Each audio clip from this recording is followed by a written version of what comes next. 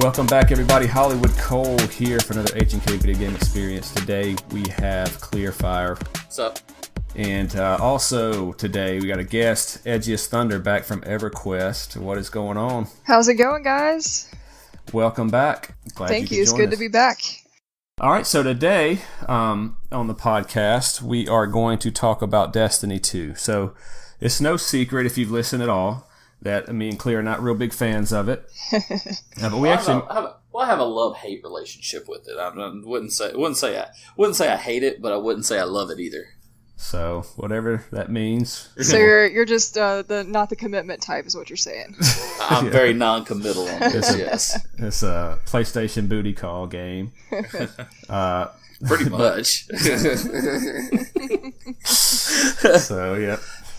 But anyway, so what we're gonna do is kind of get a little bit of debate over. So first of all, before we start that, me and Edgy and Kuiper is her husband, and a lot of the people that we play with are on my friends list now that playing Destiny 1. So that was a whole different experience. So I actually like that one. I'll talk a little bit about that. But that's how we all kind of met, and Edgy still plays it.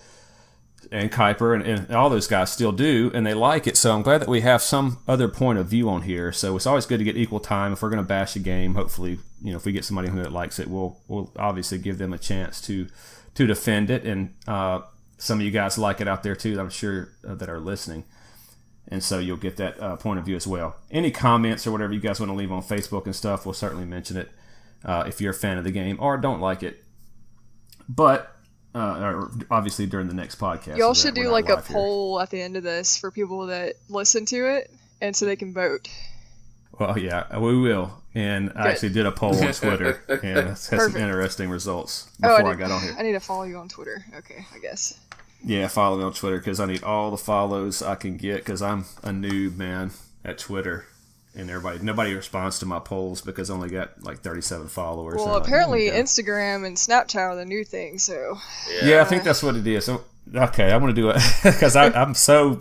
You're just like, I'm right here, whether or not I should just jump off into this social media deal or not. But, because I was going to do a whole smooth ramblings about going that. Now. So now I'll leave it alone. But yeah, you're right. Instagram is a lot... We get a lot more success on Instagram. We do. And I got a Snapchat too, but I just do stupid stuff on there. It has nothing to do with the game. I just do to make my wife laugh. I just do a dumb video. It's fun. So Destiny. So before we get started, let's talk about. We don't really have any news, so we're going to kind of forego the news, but we do want to talk about the contest that we're doing. Well, I have one piece I just want to mention. Oh, okay. Go ahead. I do want to mention. Last podcast we did mention about No Man's Sky, how they're having a new update, and everything was looking really great with it. Well, with this update, they call it No Man's Sky Next, is the update, and all I'm hearing are amazing things about it. How fantastic it's looking, secrets in it. I mean, there's just all kinds of stuff. I'm not going to tell you about the secret that I found out about it, but it makes the game really interesting and a lot more fun too. So, guys, if you haven't played it yet, go check it out. Download the Next update that they have. That's what they call the update, is Next. And I understand why, because it basically is like a new game. It's like what No Man's Sky was kind of promised to everybody in the beginning.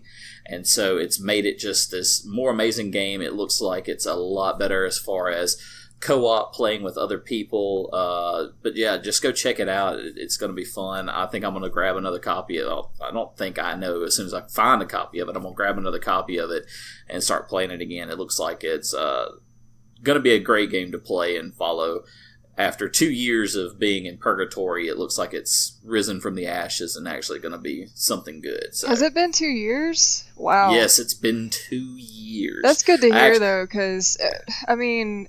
the concept of that game, there's just nothing else like it, and it's just so attractive to have that procedurally generated universe and everything. But I mean, it only kept my attention for a week, maybe tops, and then it was just over. So that's good to hear. Yeah, I remember when I got it because of your husband Kuiper. He was like, "Hey, check this game out," and we all three got it around the same time, and all were playing it around the same time, and we literally all put about a week in it and then just put it down because that was about it. So. But yeah, guys out there listening, go check it out. It's a great game. It's by a small developer called Hello Games. There's only about 12 people working on the game. It's not a lot of people working on it. Small development group. So check them out. I think they've really turned the corner, and I think it's going to be a lot of fun. A lot of fun to play. Well, they went from 1,000 people online to 50,000 downloading this next deal, and so everybody wants to see what it's about. So we'll see what happens.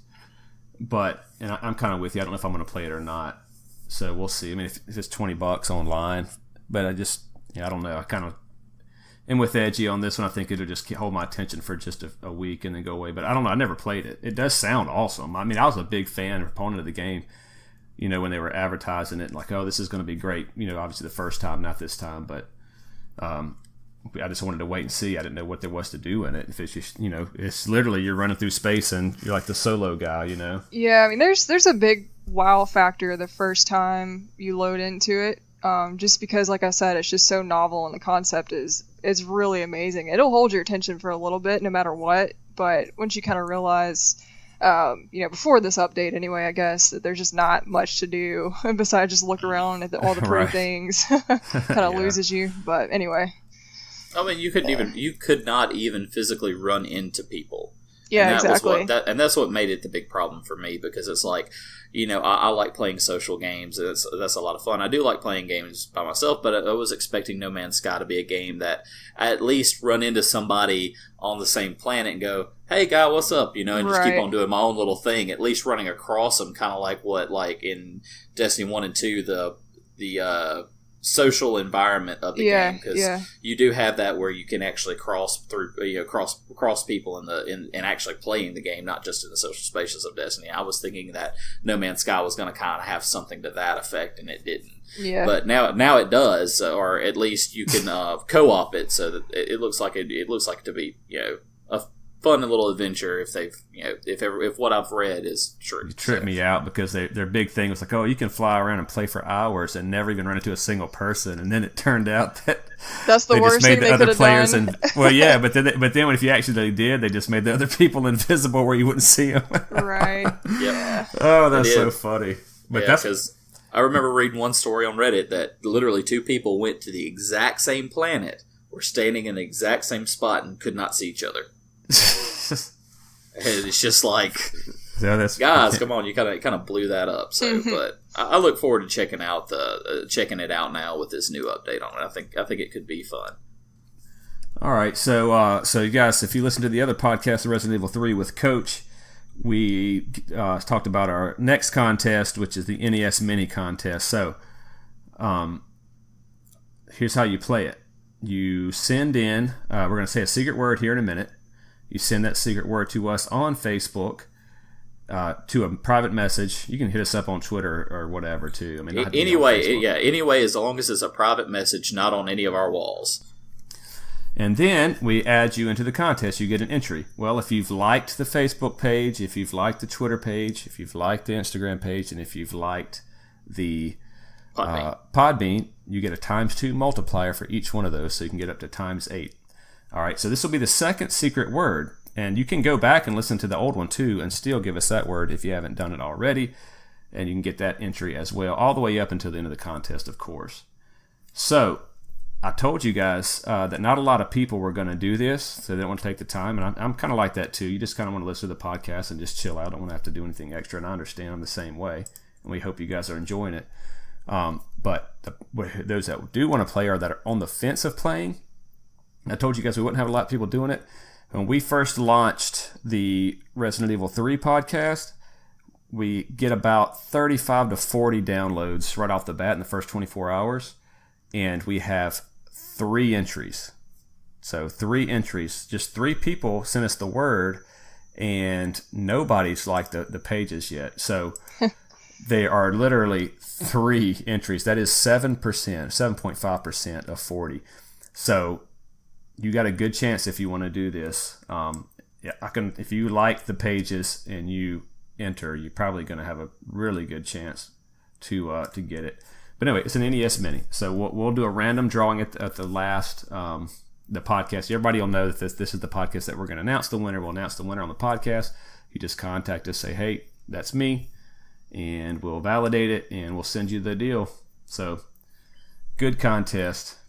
And also, too, don't forget the contest that I have running for the Black Hole Bomb Mega Man Pop. It's the E3 exclusive pop for Mega Man. All you have to do is tell me what 2 genre pops I collect. Super easy.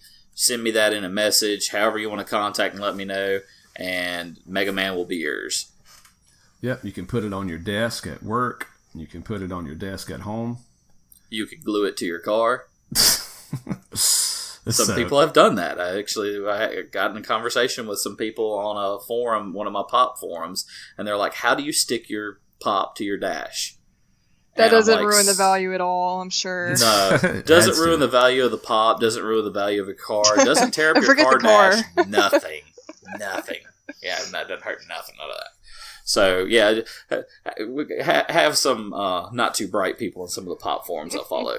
But, you know, if they want to glue a pop to the dash, you know, go for it. You know, I just hope you're not in Mississippi or Arizona or Texas. Otherwise, you'll come into your car one day and just have a blob of melted goo on your dash.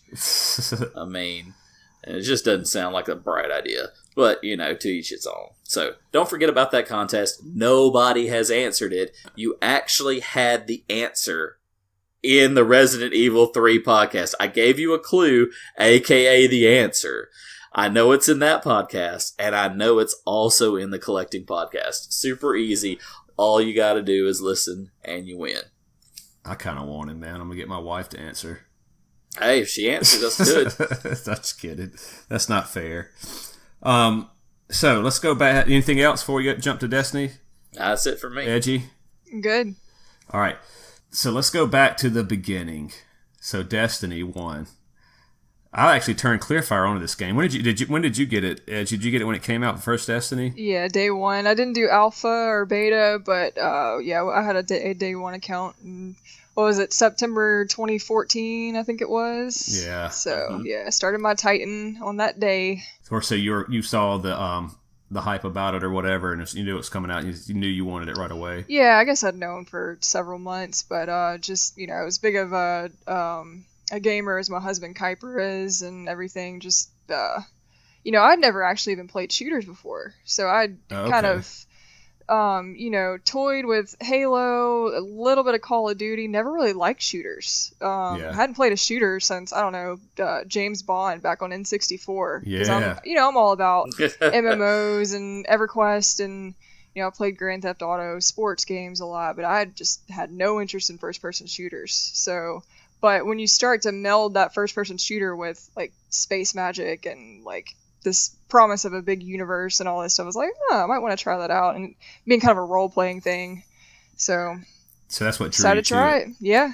Two of my favorite things she added in there that I love. Everything always relates back to James Bond on the 64. I mean, it always does. It's like 7 degrees of Kevin Bacon with James Bond and gaming. There must have been really some subliminal messages in that game. I mean, they just got everyone hooked to it. Everyone remembers those games. Is there any gamer our age that has not played James Bond? I'd want to meet him. Yeah. GoldenEye. We don't even call it what it is. GoldenEye. I would love to meet him and say, you had such a sheltered childhood. I'm so sorry for you. Right. And then on top of that, you said space magic. I love dropping the space magic. I love playing Warlock. I've played Warlock in D1 and D2. Right. And so, I mean, I love dropping the space magic. So did you care that Bungie was doing it? Did that even matter to you, Edgy? Or was it just the MMO? I only knew of Bungie because of what they done with Halo, but right. I mean, I didn't really care either way. And this was pre-Activision coming in, right? Were they there from the beginning? They were there from the beginning. I think they were there from the beginning, yeah. They were from the beginning.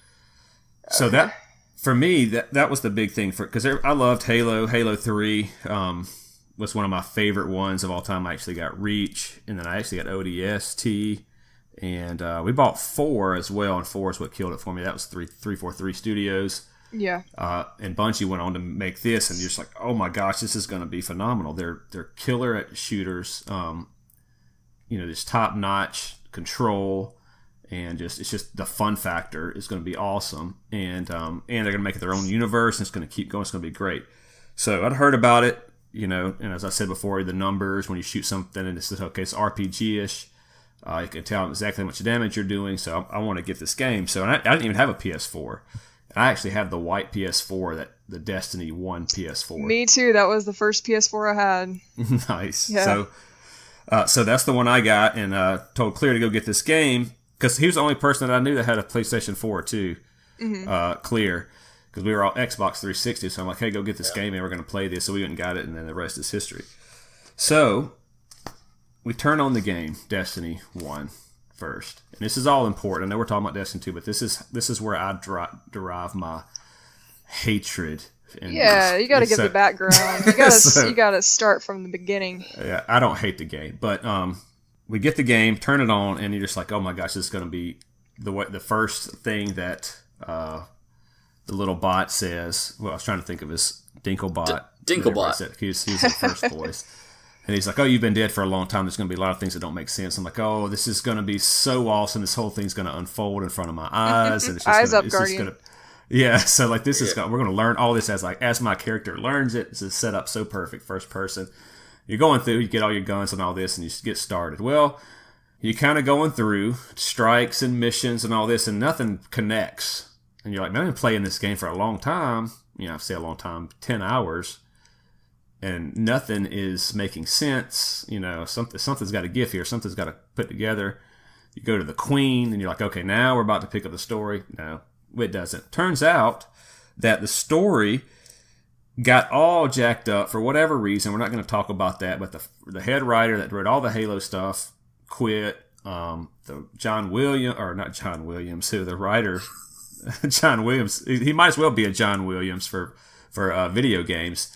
Left, and so you're like, what happened with this game? So I'm starting to research all this stuff on YouTube and all this. Apparently, it's a big debacle. The gist of it is, it seems like Bungie wanted to make a really great story, really deep, enthralling experience there, immersive experience. And Activision was like, no, we want to make money, so we need to make this thing teen and make it for everybody to understand. Everybody needs to be the hero. It needs to be simplified. So we're going to keep the most players possible. I mean, that's still, you can still make a great game by doing that, but they left. Okay, so then that game came out in September. 3 months later, we got, what was that expansion? Dark Below. The Dark Below came out 3 months later. Turns out all that stuff was on the disc already. So now we're kind of going, what happened? Why are we releasing something that was already on the disc? We should have already had it. 3 months after that one comes House of Wolves. A little bit longer than that. It's actually in May. So it was December was the first one, and it was closer to May that the House of Wolves dropped, so almost 5 months. Okay, so all within the first year, we're getting content that's already on the disc, which is my whole thing, not to get into this, why you do not reserve games. If they thought they weren't going to sell it good, they would have released that content for free to try to draw in more players. 2 raids, arena, blah, blah, blah, whatever.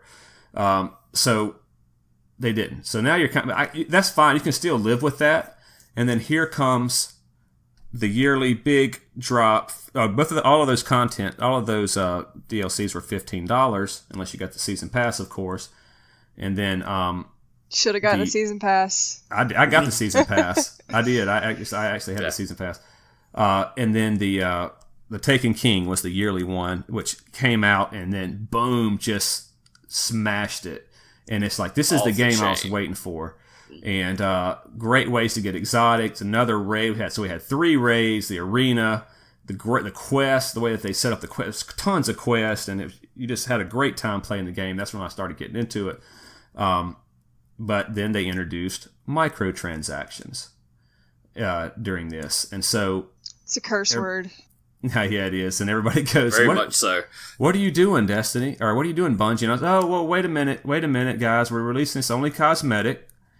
And it's going to help us pay for these expansions. All the new expansions are going to be free. You guys don't have to pay for them anymore. Because that was their way to get around this hate from all the fans by saying, about when they release microtransactions, you don't have to worry about it. You're going to get free DLC now. Okay, cool. So is this DLC when all the different emotes started? I don't even remember what they offered in Eververse back then. Yeah, emotes, dances, and stuff. It was emotes. You had some other cosmetic stuff. a lot of the times through Eververse was at the beginning you could actually get specific types of armor through Eververse. You could also gain it other ways, but that was really the main one of the main things. Yeah, I remember the Taken one. Yeah, I remember the Taken armor. That's all I remember.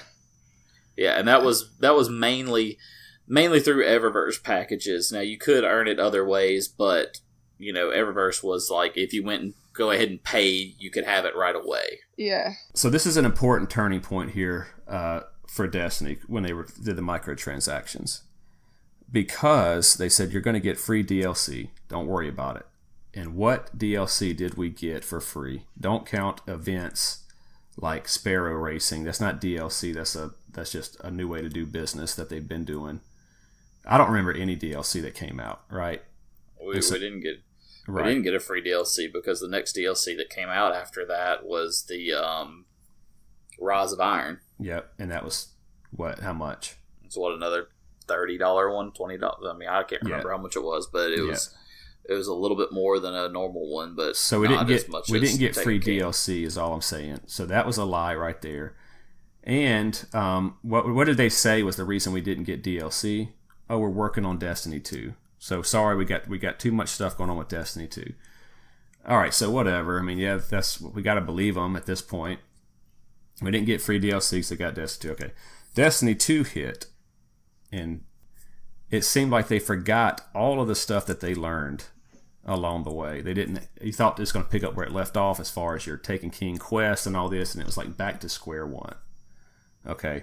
So that is, and so they did that. I think they even ended up admitting, like, we had Destiny 2 done year one Destiny, right after year one Destiny. So it seems to me like it's a huge money grab, and that's all they really care about. They don't, and they've broken the trust of the players because they've told us this, they told us that. Like, I got so much stuff I can say here. I don't want to take up the whole podcast for me complaining about it, but they just lost all of my trust. I can't believe anything they say. Oh, this time they're really coming back. Like this thing right here. I'm going to talk about this later on, but this Game Informer, Destiny 2 Forsaken. That's what they got on the front. Bungie aims to reignite the fire. What? Are you kidding me? On this one, they're going to make it all better again. They say this every single DLC. They say, this time we're going to bring... We're listening to you guys, and we're going to make it better every time. And every DLC, besides the Taken King and Iron, to be fair, from back in Destiny 1. I didn't play any Destiny 2 DLC, but I've heard about it. Only had like 2 quests, even in the old ones, besides Rise of Iron and Taken King. Destiny 2 is the same way. But hey, don't worry, guys, because Forsaken is going to reignite the fire, according to Bungie. So, anyway, that is my deal. Edgy, shed some light on, is Destiny 2 good or no? So it's like a loaded question there. Yeah. So what do you think about it? Well, y'all have touted this as a debate, and I guess by default I have to take the alternative viewpoint, which I'm happy to do.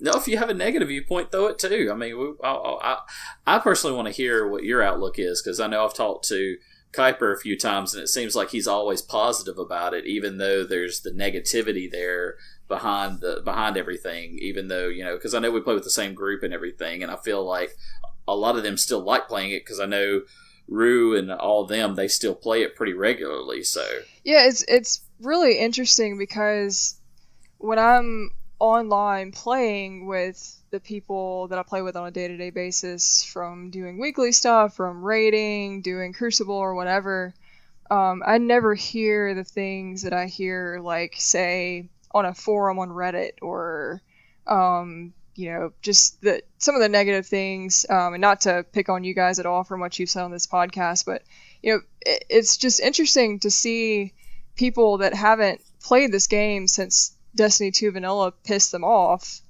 to still, almost a year later, be like hating on everything that's come out from it. So I just find that really interesting, and when I'm not even hearing that from the people that play it, like, on a day-to-day basis. So it's just, I don't know what that comes from. And listening to what Holliwood is saying right now about kind of that trust that he had expected to be able to have from Bungie, since were you involved in other Bungie stuff before Destiny?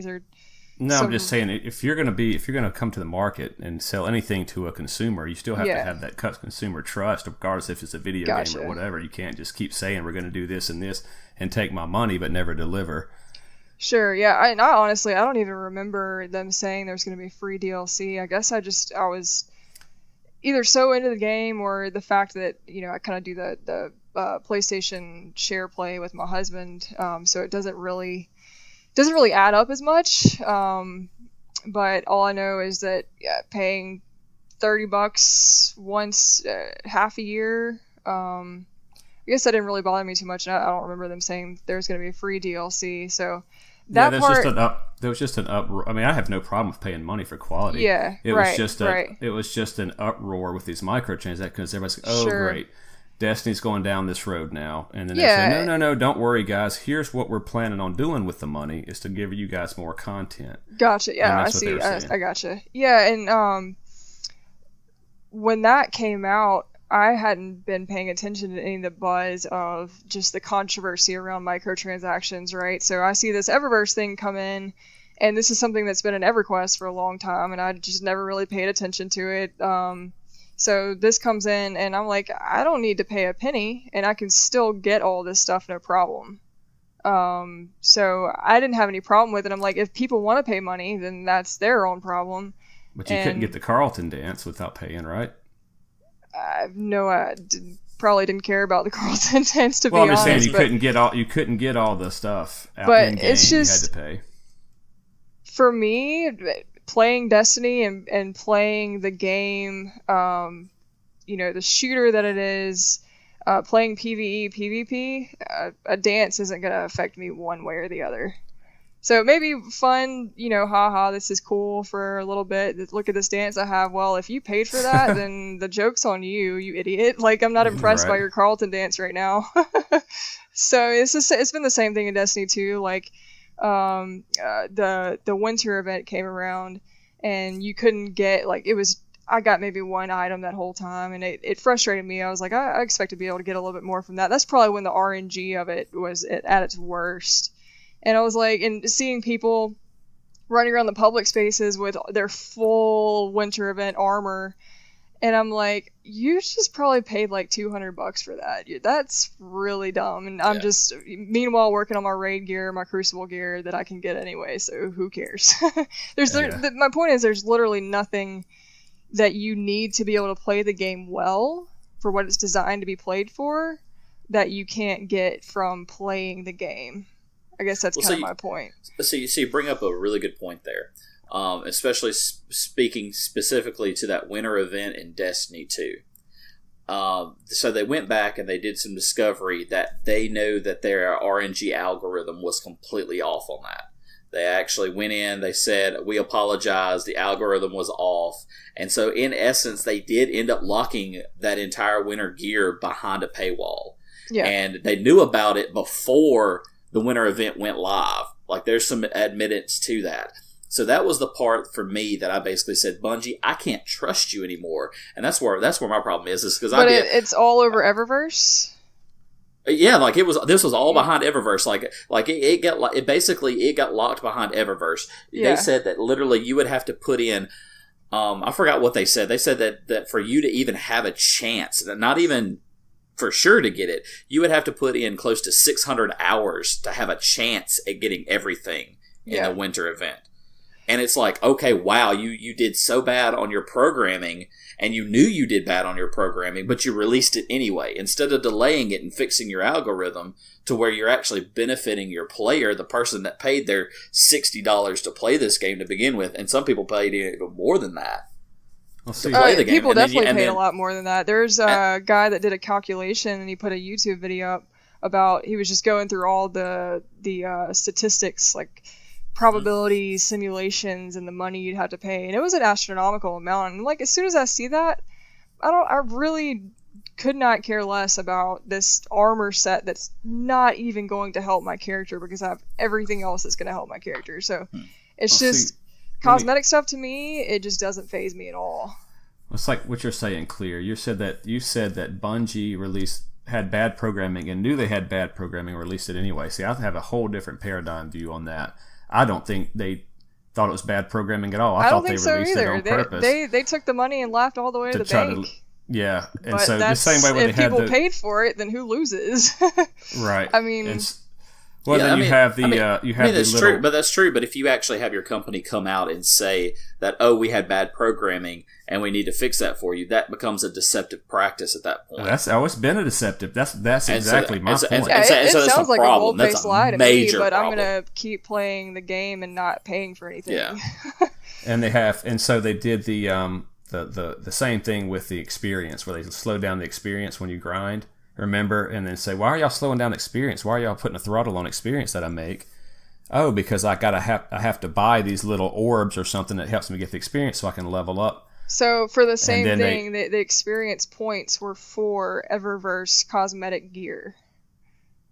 They weren't for exactly. They slowed it down. So not experience for not. Actually, okay. Hold on a second, guys. Go ahead. I'll let Lindsay go. I know exactly what you're saying. So that's how you leveled up to get the Eververse so you stuff. could level up to max level. Everything is even and good to go. Every level from that point on, you get a bright engram for cosmetic Eververse. So your bright engrams stuff that nobody cares about. You got to get bright engrams to get Eververse stuff, and so or pay money for it. Well, they throttle down your amount of time that it takes to get bright engrams because they want you to pay for it, obviously. And so they got called out among the community, and somebody figured it out and said, "Hey, sorry again, just like what Kleer's saying. Oh, we had bad programming on that too. Sorry about that. We fixed it, but now we're going to double the amount of experience it takes to get a bright engram." So it's just a complete money grab, and this is what kills me on the game. And I know that you're saying, why are you guys talking about this game? You don't even play it anymore or whatever. And I know, but it's because then we had Anthem. So the gaming community has turned it around with Anthem and Battlefront and all this. So the microtransaction, now it's cool to not have loot boxes. But we were just so afraid that that this gaming community, this is a console gamer thing. At PC gamers, you guys might have dealt with this, and that's maybe why it doesn't bother you. But console, we do not deal with that kind of stuff. And so I was afraid that that's where all these future games are going to start going. And literally, I mean, it's only a matter of time. You get the microtransactions for just cosmetics, and then, hey, we're going to do it for a little bit of more power on your weapon and stuff. And we think we saw that with Battlefront 2. The slippery slope argument is what you're getting at. Okay. And we saw it with Battlefront 2, and then it just finally backfired. So, not to get off on that. I also want to bring up the fact that too that I'm with Edgy on this side too, because I wasn't totally into the whole cosmetics and microtransactions. The way that Bungie handled the microtransactions, yes, it was crappy, but that is not my reason why I am mad at Bungie and mad at Destiny 2. It's definitely not my reason. You did do that. You did lock stuff behind a paywall and everything like that. That's great, fine, whatever. And I once again, I agree with Edgy. It's cosmetic. Why do I want that? I don't care. I don't care what dances I have. If I can earn one, I'll earn one. Great. If I can get it, I can get it. Great. I'm not out there to do that. I know the way that I can earn my stuff is by playing the game. Mine is actually with the mechanics of the actual game and the way they changed it from D1 to D2. And I want to get us off this microtransaction thing because we can do that. We can do that all night long. Well, I think everybody made their point. So and we've beat microtransactions dead in the ground. My question to you is, what is it about having to pay for any of those items that makes you not able to play the game in the same way and enjoy it in the same way? It doesn't at all, and that's what I'm saying is that that's not my beef with Destiny. Okay. It's not my beef. The microtransaction is not my beef. Microtransaction is just an issue with gaming altogether. Yeah. What makes one microcosm. What makes that make the game less enjoyable for you? Because it makes me feel like a fool for playing the game, honestly. Even if you never touched Eververse. I never touched Eververse, and I never will. But I mean, the reason is that's why I brought up the Destiny 1 stuff, because I kept getting cheated over and over, expecting them to keep their word. They're going to do it this way. They're going to do it this way. They're going to do it this way. So it had to do what they were promising. Yeah, and that's really what makes me mad about Bungie. And the microtransactions is just the catalyst that they use to lie again. And so I don't really care about And two, if you ever want to get Holliwood fired up, just say microtransactions. That's his trigger word. That's his trigger word, and it'll fire him off. But right. I want to delve into actual points of what really made me upset about the game. Okay. And the same things that I've expressed to several other people, several of our gamer friends, and everything like this. And I've asked them, you tell me how you can say that you felt like you paid for a good game, considering that they did this. So I'll start at my little bit beginning with D1. Loved it. Loved how the guns were. Loved how you could get them. The whole thing that made me have fun playing the game was to get that God roll gun. I knew that it wasn't just going to be handed to me. I could go out there and, do event after event, quest after quest, mission after mission, what have you, just trying to find that one specific God roll gun. What was your favorite God roll combination on a specific gun? Paleo contact with stability. I had max stability on it. To me, it was my God roll gun in D1. It was my go-to gun. I played it all the time, and I had the God roll hung jury where I could shoot you from across the board, and my gun would never move from recoil. Okay. So those two were my all-time favorite guns from D1. I played the mess out of them, and I loved Word of Crota. It was a great hand cannon, one of my favorite hand cannons. And of course, everybody played forever to get Gallahorn. I mean, that was the God gun. It didn't matter what roll it had, which it was a locked roll because it was exotic. But it had a God roll, and you played forever to try to get it. Right. And then you have D2 come around. They lock stats to all the guns. None of the guns have randomized stats. They're all locked stats.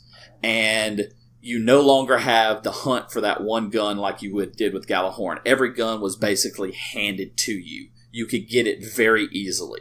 And that made me so mad as a gamer because you took away the value I had in the game and the playability and the replayability. Because that's something we talk about in the podcast all the time if you listen to us. Fun factor to us is replayability. How much can I go in there and replay this game and still have fun doing it? Right. If I can't play a game over and over and over and have fun with it, I'm gonna put it down, walk away from it, and I'm gonna be tired of it. It's gonna feel like a waste to me. And for me to go in and play a quest over and over and over and get the exact same thing over and over and over, it doesn't feel like it's advancing the game for me at all. And that was a huge problem. And a lot of people had that problem. Because it's like, you had this amazing base. And this is the same argument I hear from people that absolutely love Destiny. And I'm not saying that you're in that group, Edgy. I'm just saying this is from a general consensus of people that are basically like the extremist fanboys.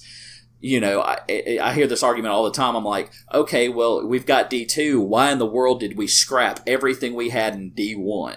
And they're like, well, D1 was 3 years of a game because you had D1 year 3, and then when you get D2, that's a new game. I'm like, yeah, but you had this entire base and this entire amazing formula of a game.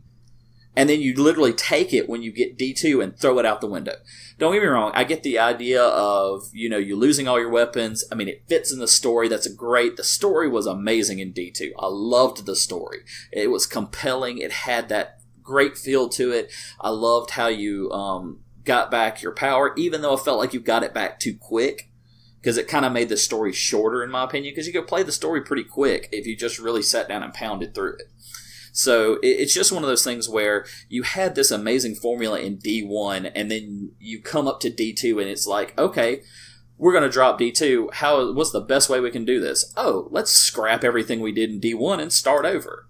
And so that's where my beef is like, why did you do that? Why did you ruin such a great game that you had such a great formula and throw it out? When you go back and you look at Call of Duties, yes, each time a Call of Duty comes out, it's different, but it builds off the same basis from before. It builds off of that structure.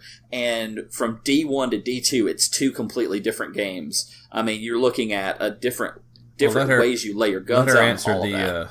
Let her answer the weapons deal. Go ahead, yeah.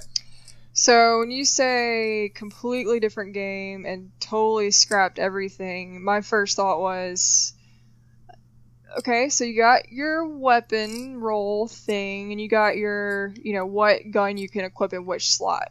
Those are the two, I guess, like, sandbox mechanical things I can think of. Maybe one other thing is the fact that in the beginning, and this has changed now, your armor rolls were pretty much totally inconsequential. And we're like, oh, that kind of sucks. I mean, it'd be nice to be able to really make a build that's optimized to regenning your super and decreasing your grenade cooldowns and all this stuff like it was in D1. So that's another thing that they just completely did differently in D2. Trying to think what else they've done differently. Were they good changes, or I mean, what do you think about the changes, and if they're good or bad, why do you think they did that? What is your perspective on initially? And this might be kind of a strange reason to say this, but when they talked about not having the random rolls, I was like, oh, thank God! Now I don't have to have like 1 million guns in my vault because I'm trying to get that perfect roll, and I can just kind of have a gun that this name gun, Better Devils or whatever, that is going to be the best hand cannon. And I can have that one hand cannon, and I can not have the clutter of trying to search all the time, which is like the total opposite of what you said. You enjoyed that aspect of it. I loved that aspect. That was so much fun. I found it exciting when there was a god roll of something, but I felt like I was so fixated on that sometimes. And it's like, well, it'd be better if I can just, have this loadout for my gun setup and just not even have to worry about it. So I could definitely see the drawbacks of not being able to hunt that god roll. I had a couple god roll weapons, but for me it was like, well, that'll actually kind of make things a little bit simpler when there's so many mechanics in the game that are complicated that you have to really optimize. So I was actually kind of on the relieved side from that. I was a little bummed about the armor stuff. But again, they've kind of made up for it in other ways. And I can get more specific on that, but going to which guns you can have in which slot. First I thought that was kind of weird. It's like, well, this is definitely different. It just felt like, it's like, well, there goes sniper rifles. Like, those aren't going to matter anymore. And it's just, it totally changed the way you loaded out your guns. I mean, pretty much the only thing you want to run in a heavy weapon slot is a rocket launcher or sniper rifle or shotgun. And that's it. It just depends on the situation. So it kind of limited the things in that way. But again, at the same time, it just made you shift your strategy, which made things interesting for me. So I can kind of see the pros and cons there. So let me field this question with you guys real quick, if you guys don't mind. So Destiny 1 and 2, the content that, what I liked about, and I'm going to speak a little bit about 1 here too, because it's the one I played the most. It was perfect for me. People say it's just kind of not a lot of content. It's real simplified or whatever, which I liked because I could come home from work and sit down and play a strike. But, I mean, you have to admit that you're doing the same strike over and over and over. Yeah, that was true in D1. Yeah, and that's D2. What you said, yeah. And so the only thing that made it more palatable, so to speak, is this time I'm going to run with a shotgun. This time I'm going to run with a sniper rifle. And this time I'm going to have a rocket loadout. This time I'm going to have a fusion rifle. This time I'm going to have a sword. This time I'm going to have a machine gun. This time, But now you got auto, pulse, or scout, or pistol, or whatever. Same thing as a scout. Obviously, it's a little different, so I get it. But you don't get that. I mean, you're not going to do massive damage, as you would with a invective. Oh, there are some things that do massive damage that you'd be surprised. now it does. Yeah. But that was my big turnoff. Is because Wardlift Cole right off the bat did massive damage. Just what is damage. It? Wardlift Cole, like at the bottom of my list, even. That's one of the lowest ones. I mean, one of my favorite ones is Merciless. I mean, that one. That one is also going to the bottom. Is that heavy? You're talking about heavy weapons, or are you talking about normal weapons? We're just talking about. You said massive damage. Just thinking of some examples. Of are they all heavy? Well, massive damage. Even when you were in D1, your massive damage are only going to come from your heavy weapons. I disagree, because when you had the flame burn or some type of burn, and that's what changed. They that's a burn. We're not talking about burn. That's exactly what I'm talking about. You had to keep the stuff different. So the epitome of what you're talking about is the Gallahorn. No, what I'm talking about is, okay, let me rephrase it. Massive damage is great, but what kept me coming back is what I was trying to get at. So an invective with a fire burn. Okay, so now there's a art. What is the fire? You're talking about burns and modifiers. Well, little modifiers or whatever, but you have a modifier going on. So modifier going on in a strike, and it's a flame, or it's a better one was arc. Okay, so I could run with the and I'm sorry, I forget, but the one primary that was an arc burn. That was a exotic. Zalo Supercell. Zalo Supercell. I could run with that. But this time I'm going to run with my Plan C. Gotcha. And stuff like that you could change it up, and you could you go to a boss with when it's arc burn and you got a fusion rifle, you can burn them down so fast. And I'm talking about Destiny. And I'll be honest, Destiny 2 vanilla. That's all I played. All of that is still so true, so true. Okay, so why it's called the Singe and not the Burn. But yeah, why did they take still that out? Optimized for that. 100%. They took it out for Destiny 2, though. They didn't take that out. It was Singe is a lot less. You had to have a heavy weapon though, and you had to find the rarest heavy ammo. No, there's a lot of energy weapons too. So first of all, you're throwing Holliwood. I'm sorry, I have to burn you a little bit. I'm just telling you. But you're throwing junk in this that's no consequence whatsoever, because when you're looking at the burns and everything, it's almost a different format from D1 to D2, because they went from burns to singes, so it's less damage, which that's fine because they were wanting to make you work harder for that. And I really think that throwing that in this conversation right now is taking us way too far, took a few steps too far. I totally get it. So let me just clarify this real quick. So all I was trying to get at is that you have to constantly do stuff, and that seemed like Destiny 1, all my opinion is from Destiny 1 to Destiny 2. Destiny 1 offered a little bit more variety to play through those strikes than Destiny 2 is, all I'm saying. Forget about the burns and all that, but that's just a couple of poor examples apparently. But that's all I'm saying. So I have to disagree with you a little bit on there, because from me playing D2, I did have some of the variability. The only problem is when you're looking at the variability, you've got to explain first what the differences are in the guns between D1 to D2. Right. And this is where the variability changes. You go from having your loadout of having a primary, secondary heavy weapon to kinetic, energy, and power. Yeah, that's the point I was raising. And that's the change that was made, not really the change of you having the variability in loadouts, because you can still have a lot of variability in loadouts in D2. It's just now it's so focused on you having that kinetic weapon, that energy weapon, and that power weapon. Now, when I say kinetic weapons, it's any weapon that doesn't have any type of damage modifier on it, like a solar, arc, or void burn. It has none of that ability on it, and your kinetic slot. Then you go to your energy slot, and it has that. Yeah. And then your power, you have now, from D1 to D2, you have moved most of your guns that were in your secondary slot down into your power slot as well. And so you don't get your sniper, you don't get your shotgun, you don't get your fusion rifle in your secondary slot. You now have it in your power slot, and that totally changes the way that you actually look at guns. Like Edgy was saying, it literally made a sniper rifle null and void. I have not touched a sniper. Initially, and I'll we can get back to that. Yeah, so I'm just trying to go from the D1 to the D2. Well, let me I'm not ask trying to you all a step question to the other quick. stuff Which yet. kills faster, a hand cannon, an auto rifle, a pulse rifle, or a scout rifle? Depends on how good you are. It depends on what you are. You get same skill with all of them. You shoot all headshots. Which kills faster? Depends on which gun you got. I mean, it really does. It all boils down to what you have. Depends on what buffs they're all guide rolls. What were the choices again? It's auto rifle, scout rifle, pulse rifle, and hand cannon. Hand cannon. Hand cannon kills faster. How much faster? Is it? If I had a shotgun, would it kill faster? A sniper rifle kill faster? A fusion rifle kill faster than any one of those four? If you got a headshot, sniper rifle will kill faster.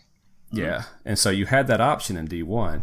And you do have the option in D2. I know we're gonna talk about the updated stuff here in a minute. But D2 vanilla. I can only speak to D2 vanilla. Okay, so you had to get that. You had that option if you had a heavy ammo.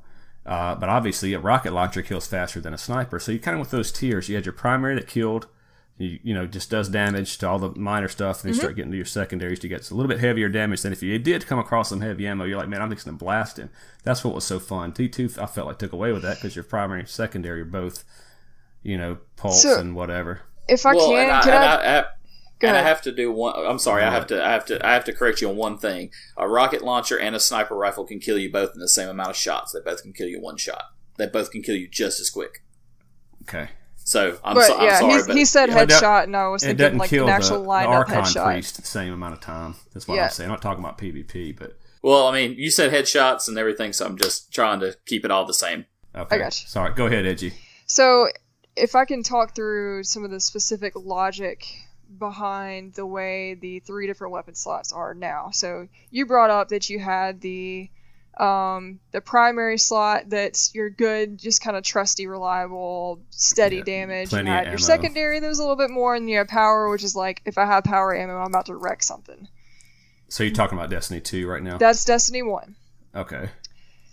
Destiny 2, now, we've talked about this, how, like, okay, sniper rifle is now a power weapon, shotgun's now a power weapon. At first, that was so weird, because I was so used to running it in the secondary slot in D1. Now, so going through the logic of those slots, so now you have, I think of a group as kinetic and energy, right? So you can have all the different types that can go in that slot in either one. For example, you can have a kinetic hand cannon, energy hand cannon, kinetic SMG, energy SMG. So they're not interchangeable, but you can have each weapon type in those slots. So the logic is you're going to want to use an energy weapon with the elemental burn that fits the situation. And that burn type is going to do the best against an elemental shielded enemy. Now, against any other type of enemy, the kinetic weapon is going to do better. So it gives you a little bit of strategy and play there. You can run 2 hand cannons, you can run a scout and an auto rifle if you want a close range and long range, and you can play with which one you put in which slot. But it kind of it introduces a little bit of strategy there. So now, if I took that and went back to D1 would be so weird and I wouldn't be able to function. So it was just kind of like that like, this is a learning curve and I don't know what to do with it now. Kind of weirdness. So with kinetic and energy now is fine. The other point we talked to was... Well, which one do you like better? Just let me ask you a question. If you could pick one, Destiny 1 loadout or Destiny 2, which one would you prefer? Destiny 2 by a long shot now. Okay. So, and we also talked about the snipers and shotguns being moved to the heavy, which was also really weird. I was like, crap, now if I want to use a sniper rifle, I have to get heavy ammo. That kind of sucks. But now it's like, well... kind of makes sense. I can use a scout rifle in my energy slot, which may not get a headshot every time, but these sniper rifles that they're introducing now, especially the exotic ones, like, they are the meta for so many things. And we can talk about, have y'all heard about the Whisper of the Worm that just came out? Mm-hmm. So talking about some of those things, like the sniper rifle, it makes sense for it to be a power weapon. A shotgun, I guess I'm just used to it being a power weapon now, and it also... if you have those close encounter situations, it will wreck face. Like, it's crazy. The escalation protocol shotgun, like, nothing can touch it in terms of being able to get up in an enemy's face and just melt them. It's crazy. So to me, those archetypes of weapons belong in the heavy weapon slot to me. And so I've kind of done this shifting from, okay, this is weird, I miss my sniper rifle being able to have ammo at all times, to now it's like, oh yeah, my sniper rifle is my big gun. I'm getting ammo for that and I'm going to go with it. And I'm using my strategy in my kinetic and energy weapons, and they're working out perfectly too until I get to a moment when I need that heavy ammo, if that makes sense. So I'm still of the opinion I think the D1's better. The D1 weapon style is better. Yeah, because that's what you've played the most of, right? That's what I played most of, but I have played deep into D2. I've played all of Curse of Osiris. I've played all of Warmind. I mean, I haven't put as much time into it because it just hasn't captured me as much, basically for the first reason I stated, because I have no drive to go hunt the guns anymore. You know, that's me. I loved playing Borderlands 2 because it was a hunt for guns. You hunt for guns. You play these that things was the over and over and like, over. Random roll and random roll guns. Mm-hmm. And that's how I viewed D1, because D1 had that element in it, random rolls and everything, and D2 take that away from me. The thing that I had the problem with, and that I saw a lot of on D2 versus D1, was a lot of the metas in PvP. That people right now, the only gun that you see I played it about 2 weeks ago, and the only gun that I got shot with in PvP was either the Gravitron Lance or the Vigilance Wing. And that's it. That's all other people were using. I'm running around. I'm using my Prosecutor from Trials and the Raid kinetic auto rifle and either a sword or my Merciless in my power slot. And I'm just getting my kills like I normally would anyway and doing pretty good.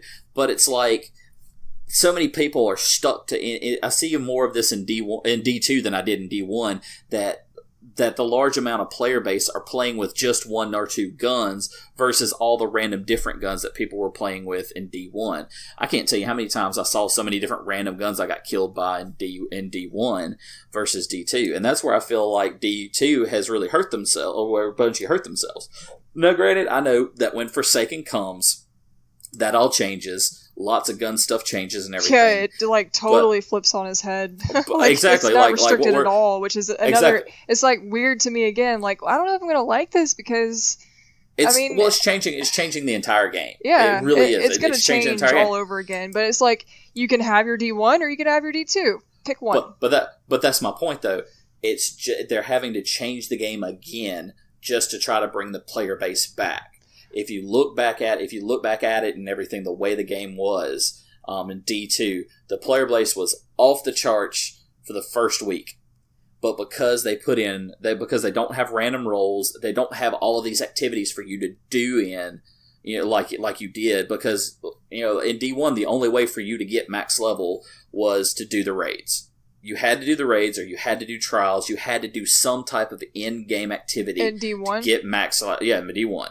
You had to do some type of end-game activity to get there. And I think that it started to change once you start hitting year 3 of D1. But in year 1 and 2 of D1, where we played our most during that time. Because when Taken King came out, I remember there was nights that we were staying up until 4 a.m. going to work at 6 and 7. Playing Taken King. We would never do that. Never. But I remember us staying up that long playing that game, and I don't ever remember playing D2 like that. Never dumped that much time into it. Now, y'all might have, because I didn't get to raid with y'all much, just because schedule things had changed. But, we'll start talking about the raids in just a second, because that's another point of contention I have. That's going to be my big talking point. And I have a huge beef against that. Mm-hmm. But just getting back to the gun system, I mean, really, honestly, the gun system changes the game. If you change the gun system, you change the game, because that's how you kill things. That's how you do the majority of what you do in the game. Yeah, it changes the flow of and the strategy. Exactly. Honestly, and the strategy. It changed the entire game for me. And granted, when I first played it, I was like, okay, I could get used to this. And I was having fun with it at first. I'm not going to lie. I mean, because like I said, and like I say all the time, I have a love-hate relationship with D2. Mm-hmm. D1, absolutely love the game. D2, I have a love-hate. There's points that I love the game, points that I hate the game. But it's a love-hate. It's definitely a love-hate. And nobody ever says my biggest love. Well, love-hate. Because a little bit more. But it was just frustrating to me once I played it and I hit top level at level 20 and start getting close to max light. It's like I haven't even done the raid yet and I'm already at max light. That's not right, And then I look around and everybody in every single social space is max level, max light, and the raid hasn't even dropped yet. And I'm like, what's going on? And that to me was a big sign that this game is going to have a huge player base drop off. And what happened? It was a major drop-off really quick because everything was just too easily attainable. There was not any grind for weapons, for things. And it took that out. It took a lot of the fun of Destiny 1 out for me. This is in D2? Yeah, this is in D2 because, first week of D2, I can't tell you how many people I saw were max level and the raid dropped, I think it was a week or so after. I would argue that through D1 they had played the routine and played the weekly grind and mastered it to such a point that they optimized the RNG. They're running 3 characters, right? So if you're running 3 characters, your second character that's lower is going to leapfrog the character that's higher. So you got to be running 3 characters to get max light that fast. But they learned how to do that, and like everyone's posting like, oh, how can you get max light as fast as possible? Because they knew it was important for the end game. So I would argue that that's the reason you saw it so soon versus D1. D2, but D2 didn't have the level advantage. If you had a character at a higher level than another character, it didn't level up faster. They didn't have that in D2. They said they took it out, and that's where if that was then played, then I could say, yeah, I could see that. But there's another reason for why it happens.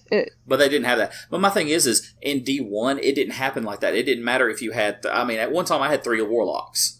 But I still wasn't leveling up super fast, even though I could get my other 2 warlocks up really quick because of that increased level advantage, because they were below my max level character. Yeah. I could still get them leveled up. You didn't have that in D2, and I know that, you using your characters to do all the weekly things to get that and everything, that was just part of Destiny anyway. That's part of the environment.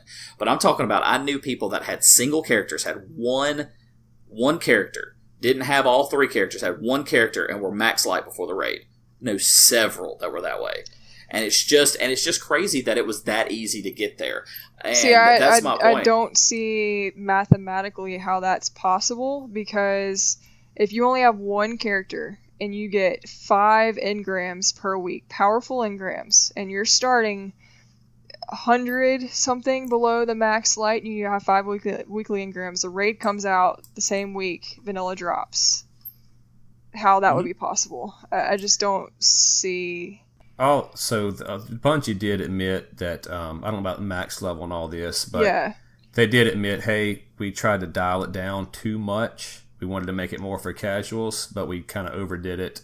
Yeah. And so we're trying to change it. So they did admit that it was a little bit easy to get light more faster than it would be for Destiny 1. There's a lot of non-end game stuff you can do to hit max light. The weekly stuff I was just talking about, strikes and Crucible and Nightfall and everything. So yeah, it's not like you have to do a raid, or you never have to step foot in a raid. In fact, those of us that are raiding now got to max light before we started raiding, and that's actually what you want to do if you want to be competitive in it. But what kills me out of all of it is you can see people with characters that have max light with blue, with all blue weapons, which are like your most, or almost the most common thing.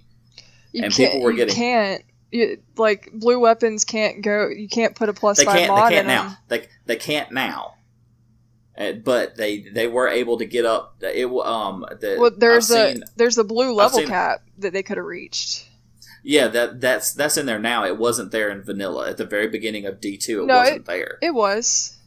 Then how in the world did I see people with all blue weapons? Blues would drop up to a certain level, which would be easily 15 levels below the max, and that's always been that way, even since D1.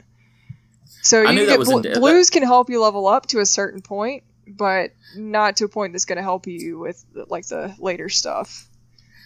But what I'm saying is and I know that's how it is, and that's how it is, especially now, because I see it when I'm playing it, because now, I'm nowhere near max. I'm like 345, 350, somewhere around there, and all my blues are dropping at 340. And so I'm like, okay, that's where they should be. They should be at like around that until you hit level. Like the next like group of 5 levels, and then they'll scale up a little bit with you. But it just depends on where the rest of your gear is.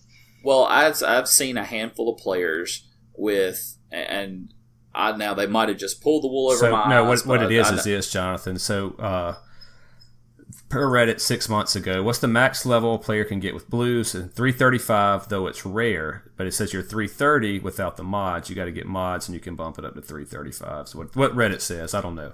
Max level in the game was 335.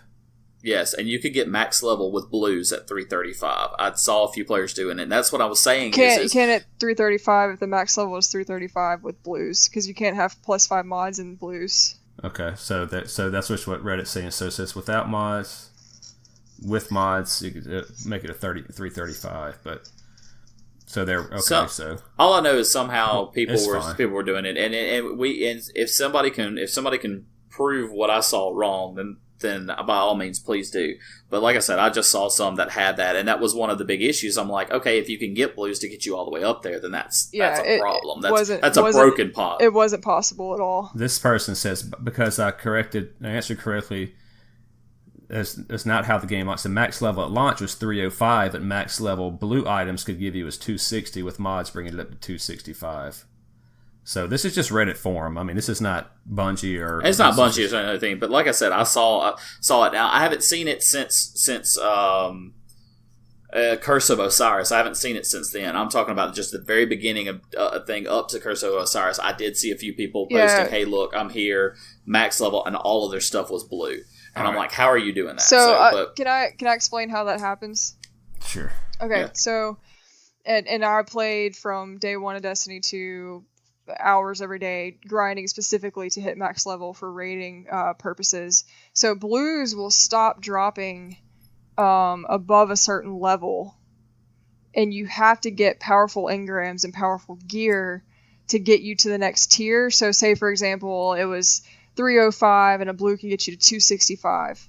Well, then you need to start getting powerful engrams to get you to 270, 275, 280. And then the blues will start kind of creeping up in light behind you as you go until you hit max level, and then occasionally a blue will drop at max level, but you have to already be there from getting the powerful gear. Does that make sense? Okay. That might have been why you saw it. Yeah, I saw it, and I was like, okay, how in the world do you get a blue that high? Because a blue should never be that. Yeah, they'll drop that high if you are max level, and it's only very rarely. And it was interesting. There are some blues, and still to this day, if you look at the ranking system on Destiny Item Manager, that are like actually really, really good. Some weapons that are great. They have great rolls on them, and I always thought that was kind of funny that they hid that in there. So there's really not a reason to have a blue unless it has that kind of rating. A rare item, I should say. And that's what I'm saying. I didn't know if they got up there and blues got them all the way up there. I'm just saying, seeing a person max level with all blues, to me that's an issue. I mean, I could get on and do that right now because I have a lot of 380 blues that I just saved to infuse into stuff. But And to me that's an issue because in D1 you could never get a blue get that high. You know, when we were max it was always like 15 light below. They were always so much lower, and that to me was another major change they did in D2. And I'm like, that doesn't seem right to do that big of a drastic change from one game to another, especially if you're trying to keep your same player base. Yeah, no, rare items are so inconsequential. No one wears rare items at all ever. Well, you shouldn't.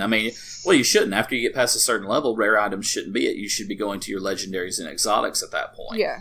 You know, I mean, it's just a natural progression of a game. But just seeing that they put it to where you could do that and have that gap, it just to me didn't. It was another one of those things. I was like, really, Bungie, you let that happen like that? So I just want to ask you guys what Edgy, what you think about the first expansion? How many expansions are there? 2 now? Oh, the first expansion was garbage. Okay, and the second one are there 2? Yeah, Curse of Osiris and Warmind. Okay, but Warmind was okay, or yeah.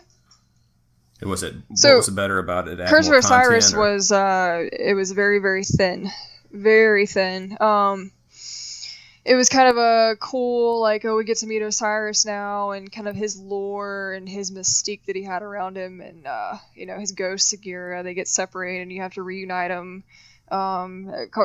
Just like usual with Destiny, very small number of story missions to get the whole story done, and then you load into Mercury, and it's like, this is it? Like, what? Mm-hmm. What is this? And they're like, the new public event was like nothing they'd ever done. But there was one public event. I'm like, well, crap, like, this really sucks. And, I would keep doing the Leviathan raid, and I would keep doing this and that, and working on the prophecy tablets and the Saint 14 quests and that kind of stuff to get those weapons. But for me, like, that was the one point in Destiny 2 where I hit max light 3-4 weeks and then just stopped playing Destiny 2 for a while. Honestly, I got back into EverQuest, did my thing there. Would come on every now and then, but like usually when I hit max light, I'll keep grinding, I'll keep working on my other characters. But after Curse of Osiris, I was like, there's nothing else to do. I'm gonna focus on school, focus on whatever other game I want to play. But yeah, that one sucked. Warmind's another story. I'll let you guys get to your impressions of Osiris if you want. I'm sure you agree. Yeah, it's only going to be me because Holliwood didn't play it. Yeah. But Curse of Osiris, exactly. I have the exact same impression. It was just so boring, so flat. My biggest problem is why in the world did you make Osiris bald?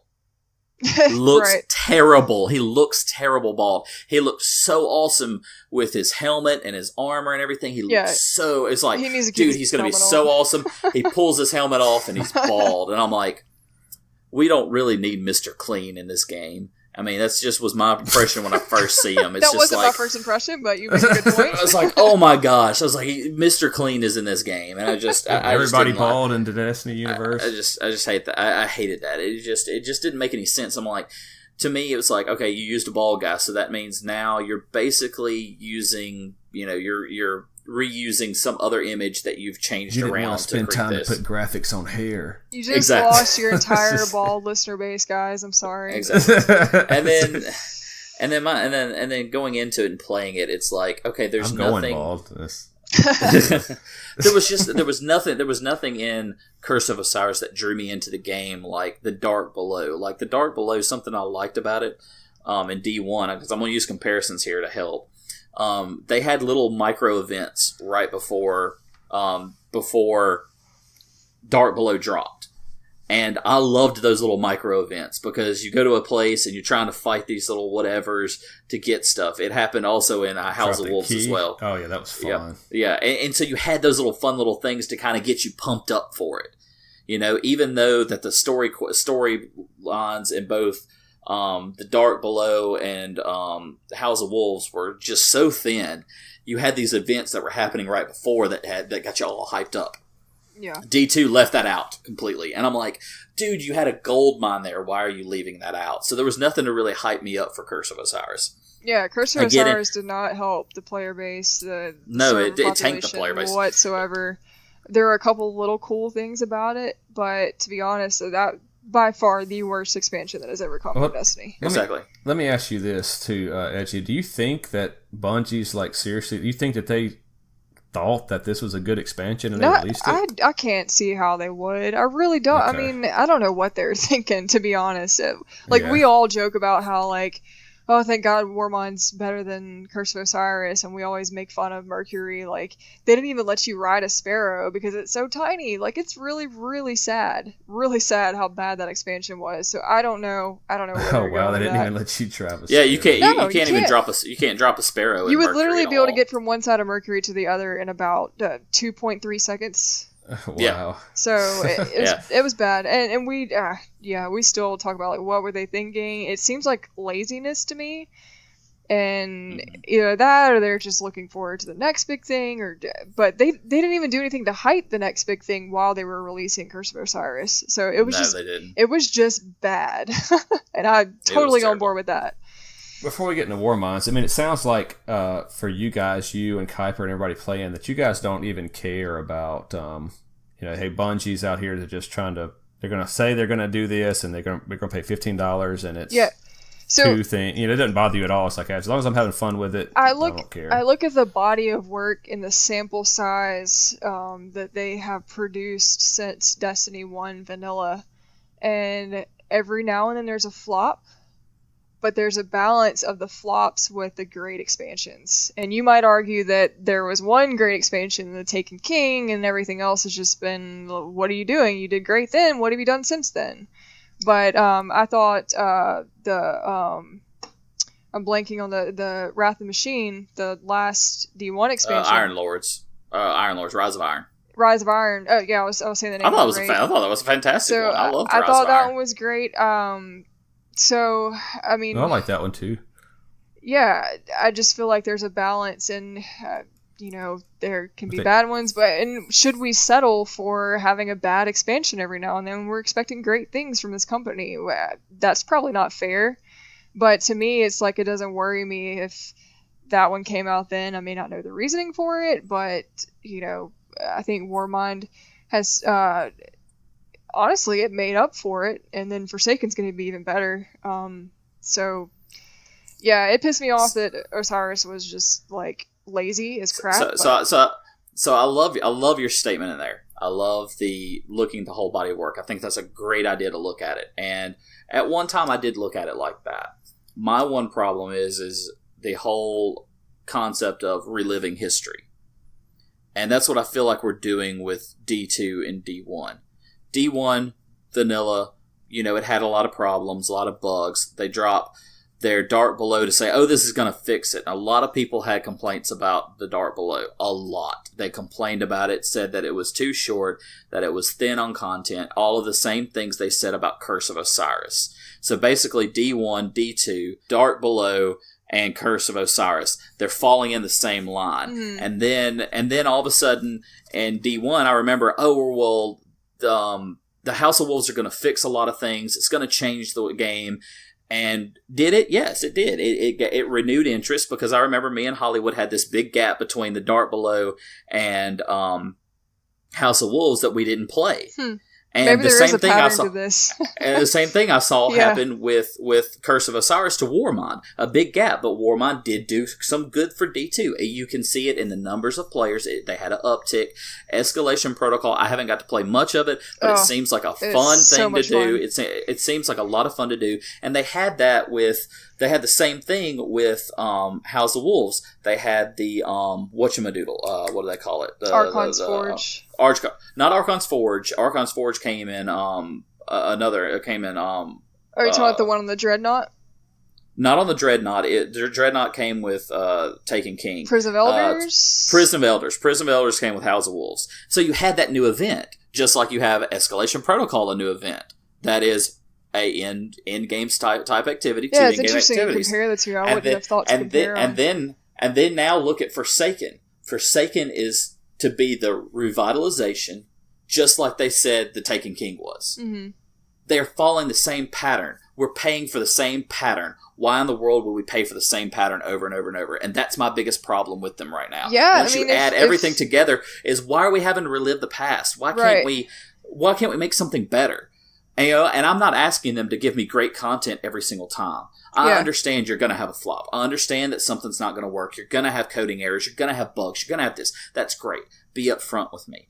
Don't make it seem like you're going to make, you're going to improve, because you want constant improvement. Yeah. That's the only thing that you ask for. You understand, too, why they have to live off hype, right? It's a business. Oh, yeah, it's a business. You got to live off hype. Yeah. And if you don't live off hype, you don't go anywhere. And is it deceitful? Absolutely. But, that's how politics work. That's how business works. My problem is with it, though, is I feel like they're not trying to constantly improve and constantly take the next step. Yeah. I feel like they're just wanting to recycle what they did before. Yeah. So just because everybody does it doesn't mean that it's okay to do. It doesn't. That's the world we live in. And yeah, but still, people support that, or you don't. And so you got games like Fallout 4. You got and I've said these same things. Witcher 3, God of War. These are phenomenal games. Horizon Zero Dawn. It's a great game. I mean, when you put that side by side, all single player games, right? Yep, all single player games. Very much so. Even Call of Duty or whatever. I mean, Call of Duty's been, like you were saying, the same thing over and over and over again. Yeah. It doesn't have a story mode. But they're not really deceptive. Neither does Fortnite. But they did constant improvement. Mm-hmm. They always made it a little better each time. Mm. It just feels like with Destiny, you go from D1 to D2, and it's like, I've already lived D1 year 3. Why am I going to go to D2 and live D1 all the way through again? Because that's what it feels like. It feels like you're giving me the same broken promises all the way through. Yeah. So my advice to anybody that plays video games as something that is a hobby and to enjoy, if you hate a game, don't play it. Okay. I agree. Yeah, and if you do enjoy it, then enjoy it. If you see injustices happening where they're scamming people on purpose, call it out. Start petitions, get YouTube videos. There's so many, Unknown Player and Rick Caucus and all of them that are doing YouTube videos. Call it out, get 100,000 likes, and then Bungie is sure as going to listen to it because they know you're pissed off. So just that is my exact point with the game. That's what I try to do on the podcast. I really do, is try to call out. I believe it is an injustice, and I believe they are scamming people I appreciate on that. purpose. And if you go to YouTube now, there are a ton of videos. Look at our just some FT Dobbins or Batman Dobbins. All he did was make Destiny videos and called it out over and over and over again. Do 100,000, 400,000 likes. If you have the energy to do that, by all means, please do. But that's what I'm doing because this is my hobby. Yeah. I'm doing a podcast on it, for God's sake. Hold on, Kleer. Let me just make this point real quick.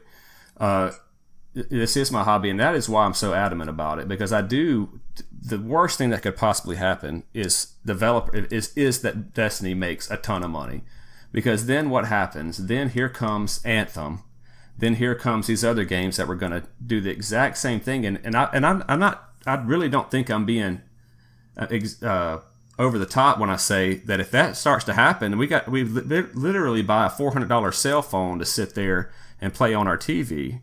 To where the one that has the most money wins, because we got, not the microtransaction, but that's what they're doing. Is they're feeding off these little bits and things, and that's what scares me the most about it, and that's why I talk about it to this day. And any game that's going to come out, that's why we talked about Battlefield 2 all the time when that came out. Now Anthem's making a good turn. We're going to talk about it in a good way. Yeah. All the games are now, and again, I don't have this hate towards Destiny or anybody that plays the game. Yeah. I miss playing Destiny 2 with all of you guys playing in the raids and stuff like that. I love that. That he's like Kleer said, you kind of go back in the past. I don't think they're really trying to improve. I mean, let me just ask you: do you think that Destiny 3 is going to be a better game than Destiny 2? Or you think they're going to pick up where they left off, or do you think they're going to change it? 100% yes. Okay, they're going to pick it up where they left off. That's what I believed about Destiny 2, and that's what a million other people believed as well. And then by the drop off, it turns out I don't think that happened. Yeah, so you have an N of 1 there, right? You have one example of a drop off. No, I got the buy. Yeah, the end of 1 where everybody bought Destiny 2 because everybody. I mean, you gotta. I mean, it's just be practical. Everybody thought, cool, they fixed Destiny. Destiny 2 is going to be awesome, and then it went back in history, just like Kleer saying, and then everybody goes, no. So, and I know games have. I wouldn't say everybody. I would say what was the number, Kleer? Roughly like hundreds of thousands. Roughly 85% of the player base dropped off after like a month. Or so. And so when you're looking at that, and then Curse of Osiris dropped, and you gained about 60% of that 85%. That expansion didn't help very much. And then it all went down. So and then when you go to Warmind, when you go to Warmind, almost all of this come back, but after Warmind's been out a month, it dropped back down. Yeah, look at last weekend. But what I'm saying is... it's going to come back. It's going to come back. What I'm saying is that you have an example of end of Destiny 1 to beginning of Destiny 2, big player drop-off, and you're making the assumption that D2 to D3 is going to be the same thing. Honestly, I don't even see myself necessarily playing D3. I could be in a different place in my life at that point. That would require me being committed to a game more than I have been in anything else. But, I have no reason to believe that D3 is going to be terrible. They have a lot to compete with, Anthem being one of them. So if they want to keep a player base, then they better sure as hell step it up. But the thing is with them for on Anthem is something that Destiny has that Anthem doesn't have is PvP. Anthem has no PvP. Yeah. But I mean, I guess my point is, we talked about them being a business. They use a very precise psychology and neuroscience, right, to keep people hyped up and locked in and believing their little lies and all this stuff. And I study addiction and neuroscience. So we get Dr. Edgy now. Yeah, no, and absolutely. So if you ever want to talk about the specific things that games do to your brain, we could have a whole other podcast. I'll be happy to join. I think that probably would be fun. I think that would be awesome to hear about that. And gaming addiction is actually a World Health Organization classified disorder now. So we can go into that later. But there are things these companies do, and it is backwards, and it is wrong, and it is what companies have been doing since, the Industrial Revolution to get people to buy their stuff, and it's not right. Anyway, I'm getting on a whole soapbox now, but anyway, I just, again, if that, I really appreciate the passion that you guys have against companies doing that when they have tried to build that trust, and when you're trusting them to deliver something that you're going to enjoy. So I hope that will keep going. But I also hope that you will, and I know you've given them a chance before, but keep on the lookout for things to improve if they don't improve. then just completely turn your back on them because they don't deserve to keep getting your money. Well, once again, I mean, like I said, I have a love-hate relationship with them. I basically call Destiny my guilty pleasure. I still play it. I don't play it all the time. I do play it, though. I do get on and play it, and I have fun with it, and I do enjoy it, but I still have these problems with it because it's like, you have such a great thing you can do. I know this is going to be 3 months old data, but I'm looking at Destiny 2 active player base falls from 8.4 million to an estimated 600 to 875K. So that's a huge just fall off. How long ago was that? This was in 3 months ago, around roughly April. So they had 8 million in 3 months ago? Yeah, they had their uptick. They had a big uptick. They had a lot of people come back, but then they dropped down below 1 million. I mean, that's a huge drop off. 8 million. Yeah, this is what they're saying on this. I think they had a sales of. That was the entire lifespan of it. So I'm reading that they had some estimated. So let me just talk about this real quick. I got on Facebook and Twitter, and I said, "Does anybody?" So on Twitter, I said, "Does what do you guys think about Destiny 2?" I didn't want to say we're doing a podcast on it or anything. So what do you guys think about Destiny 2? Is it good or terrible? And I had the little survey. I hashtagged it Bungie, hashtag Destiny, hashtag Activision, the whole thing, video games, and one person voted in it, and they voted terrible, which doesn't really tell you anything. But the point is, then it tells you something is that one person voted in it, which means Bungie's probably not hashtag searched that much now, or they just don't care to defend it or tell them to. So in other words, it's like yesterday's news. So I think. If you could post something right now that would get a huge sampling of people voting on it, I would wonder how many people you'd get on it. Yeah, all I had was a few followers, but I mean, but still, you hashtagged it and stuff. But then we've got 680 on Facebook, and I posted, and this is this doesn't necessarily tell you anything. I'm just kind of telling you what happened. I posted, what do you guys think about Destiny 2? Was it a great game? Was it a terrible game? Leave it. I'll mention on the comment. Nobody commented on it, but Destiny will throttle back everything that goes out. I didn't check to see how many people viewed it. I would have guessed probably 90 of the 680 just because Facebook. So that didn't really tell you much, but we didn't get a lot of response for this. So to me, that kind of tells me that it's kind of like you were saying, if you don't like the game, why would you even care about saying it? Or if you like it, why would you care about defending it? Most people don't, but to me, it's a different thing. I've already expressed my passion on it. And if you listen to this podcast at all, and I try to avoid talking about it at all on any other podcast because we've talked so much about this game. Yeah. But I really wanted to get a different perspective, so I'm glad that we were able to have somebody on here that likes the game and got a good perspective with the weapons and stuff. That say, hey, it's just a new thing. You just get used to it, and you like it more.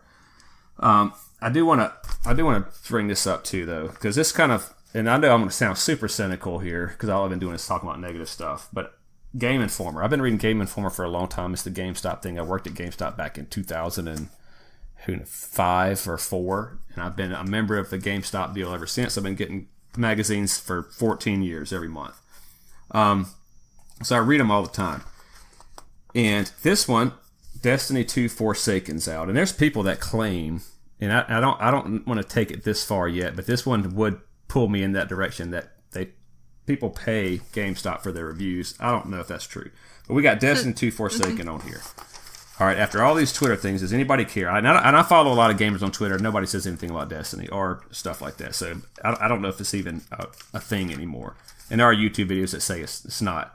But I'm reading the letters that people write in, and they make it a point. So okay, this one says, where to begin? I'm just going to read this straight out. This is from Jake DeBoever Jr. He says, Destiny 2 is an amazing game. The music is amazing, the art is amazing, but you guys had to exclude it from your top 50 list when in many people's opinions Destiny 2 was the game of the year. How about your 10 for 10 Zelda? Tons of people are saying that they've beat Ganon a bunch of times and it's way too short.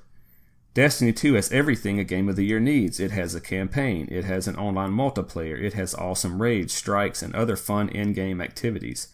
And don't even get me started on no replay value. It has online multiplayer. Your 10 for 10 Overwatch had nothing but online multiplayer, yet it got Game of the Year. So big praise for Destiny 2 there. Okay, right there. So then we go over here again, and it's just these things have really nothing to do with anything.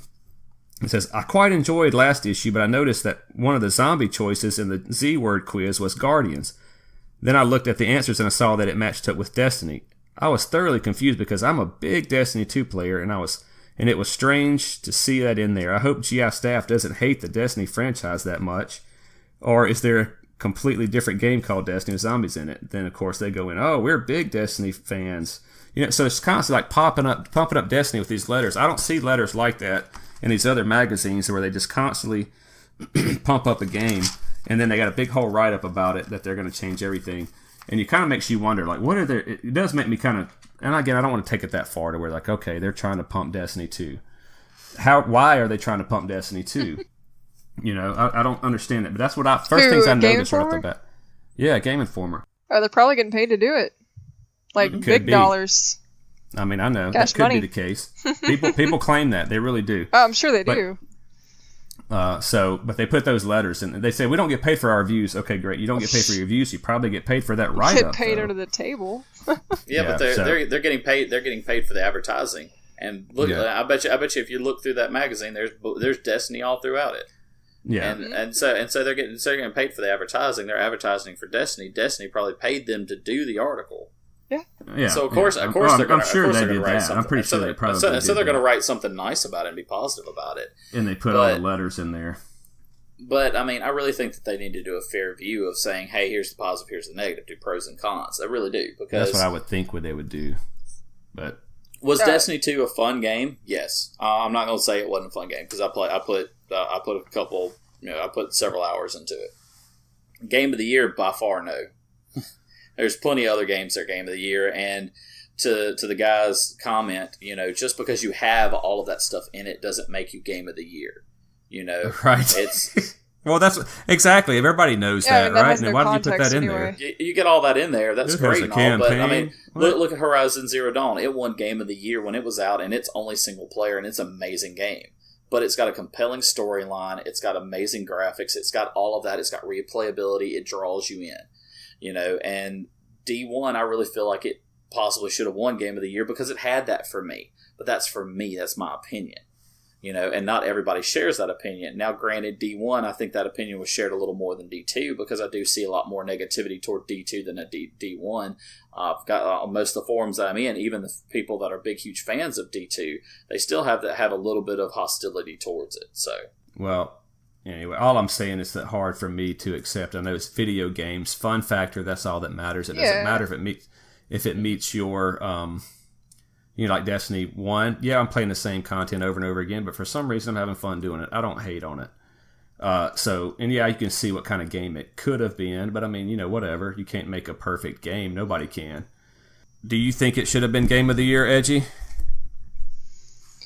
I don't know what I would call Game of the Year, but for me, let's see, I've got 541 hours into it. Yeah. That's my Game of the Year. Yeah, so based on, you think it's the best game made that year? Maybe not, but based on what you played, yes. But if I'm coming from a Game Informer perspective, I think games like God of War would take the cake for sure. But as far as like an online multiplayer, by far, it should be ranked above anything else. But I mean, if it is really that bad, it shouldn't even be in the conversation, right? Yeah, it was in a conversation. And they actually did rank it within their top 50. Game Informer did. Yeah. And that's what they said. No, we actually did do it in our top 50. Yeah, I don't think it should have been Game of the Year by, like, the development that went into it. I don't think so. Yeah. I just know that it's kept me playing, and we haven't even talked about raids and endgame and stuff, and I know we're going long, and that is, like, to me, that is 99.9% of the game. Well, like, story, okay, whatever. I will say this real quick about the raids. The raids have always been cool in every Destiny that I didn't play any Destiny 2 raids, and I didn't play all the Destiny 1 raids, but every time you play a raid, that is the bread and butter of the game. I don't think anybody would ever argue. I think that's what they put their time into. Let's real quick talk about that, because that's my one other point of contention with D2. D1, you've got raid after raid after raid after raid. Passion coming out. Yeah, D1 you have raid after raid after raid after raid. And then you get to D2, 1 raid, 2 raid layers. And it's like, why did you shortchange yourself? I feel like the raid layers. We're not even a year in yet. So D1 you had D1 we weren't even a year in yet. And then you had we weren't even 6 months in, and we had 2 full raids. Yeah, 2 full raids. And then you you add in Archeon's Forge, which Prison of Elders. Forge, I'm sorry, Prison of Elders, which not even close to being a raid. It was in-game content. It was a lot of fun. It definitely was. But how many hours did we spend on it? We spent almost as much hours on it as we did some of the raids. I know I did, because I know with me and Oren and Holliwood, we stayed up many a nights, because the way that we all got together as a clan was through Prison of Elders. Yeah. That's when we all started playing together, was Prison of Elders, because of the times we spent on Prison of Elders. We dumped so much time in there. When you say raid after raid after raid after raid, based on the entire Destiny 1 saga, I would caution you on comparing this now that is not even a year in yet. Okay, let's just compare. Let's compare from D1 to Taken King? To not even to Taken King. We'll go to Dark Below. We need to go to Dark Below. Yeah, sure. We go Dark Below. We've got 2 raids. Yep. And D1 and D2 through that same amount of time, 1 raid. 3 raids.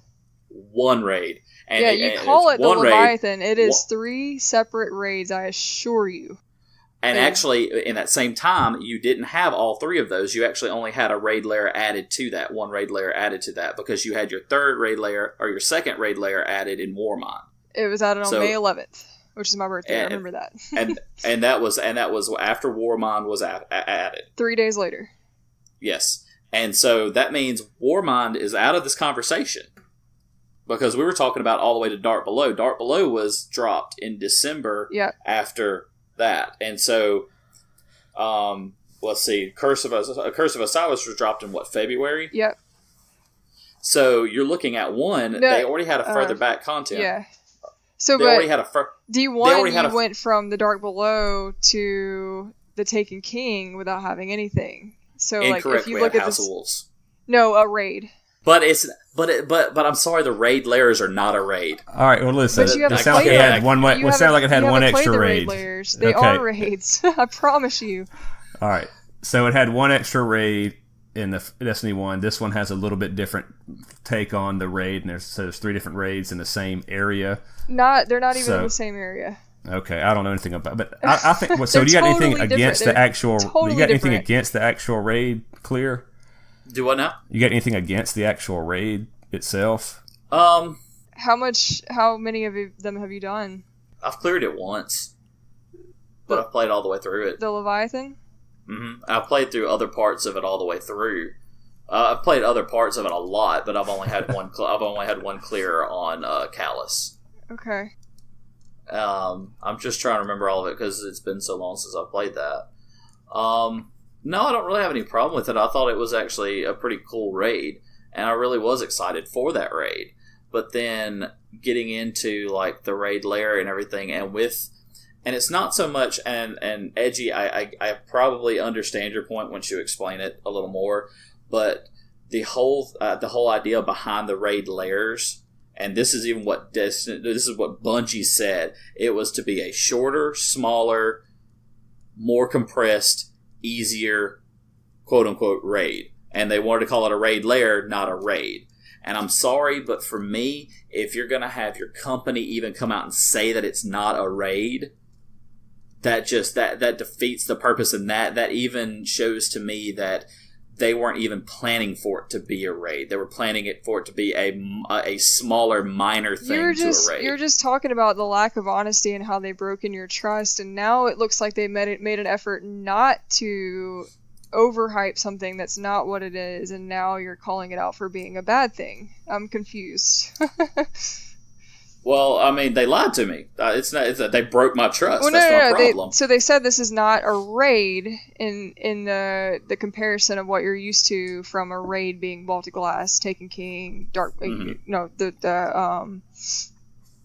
Wrath of the Machine, those kinds of things. So now you have these raid layers which take about the same time commitment, but they have one boss. So I would agree they would not be able to call that a raid in comparison to what they've had in before, where you have 4 or more bosses. But they still take the same amount of skill and strategy and cooperation that the other ones took. But it's just they have one boss.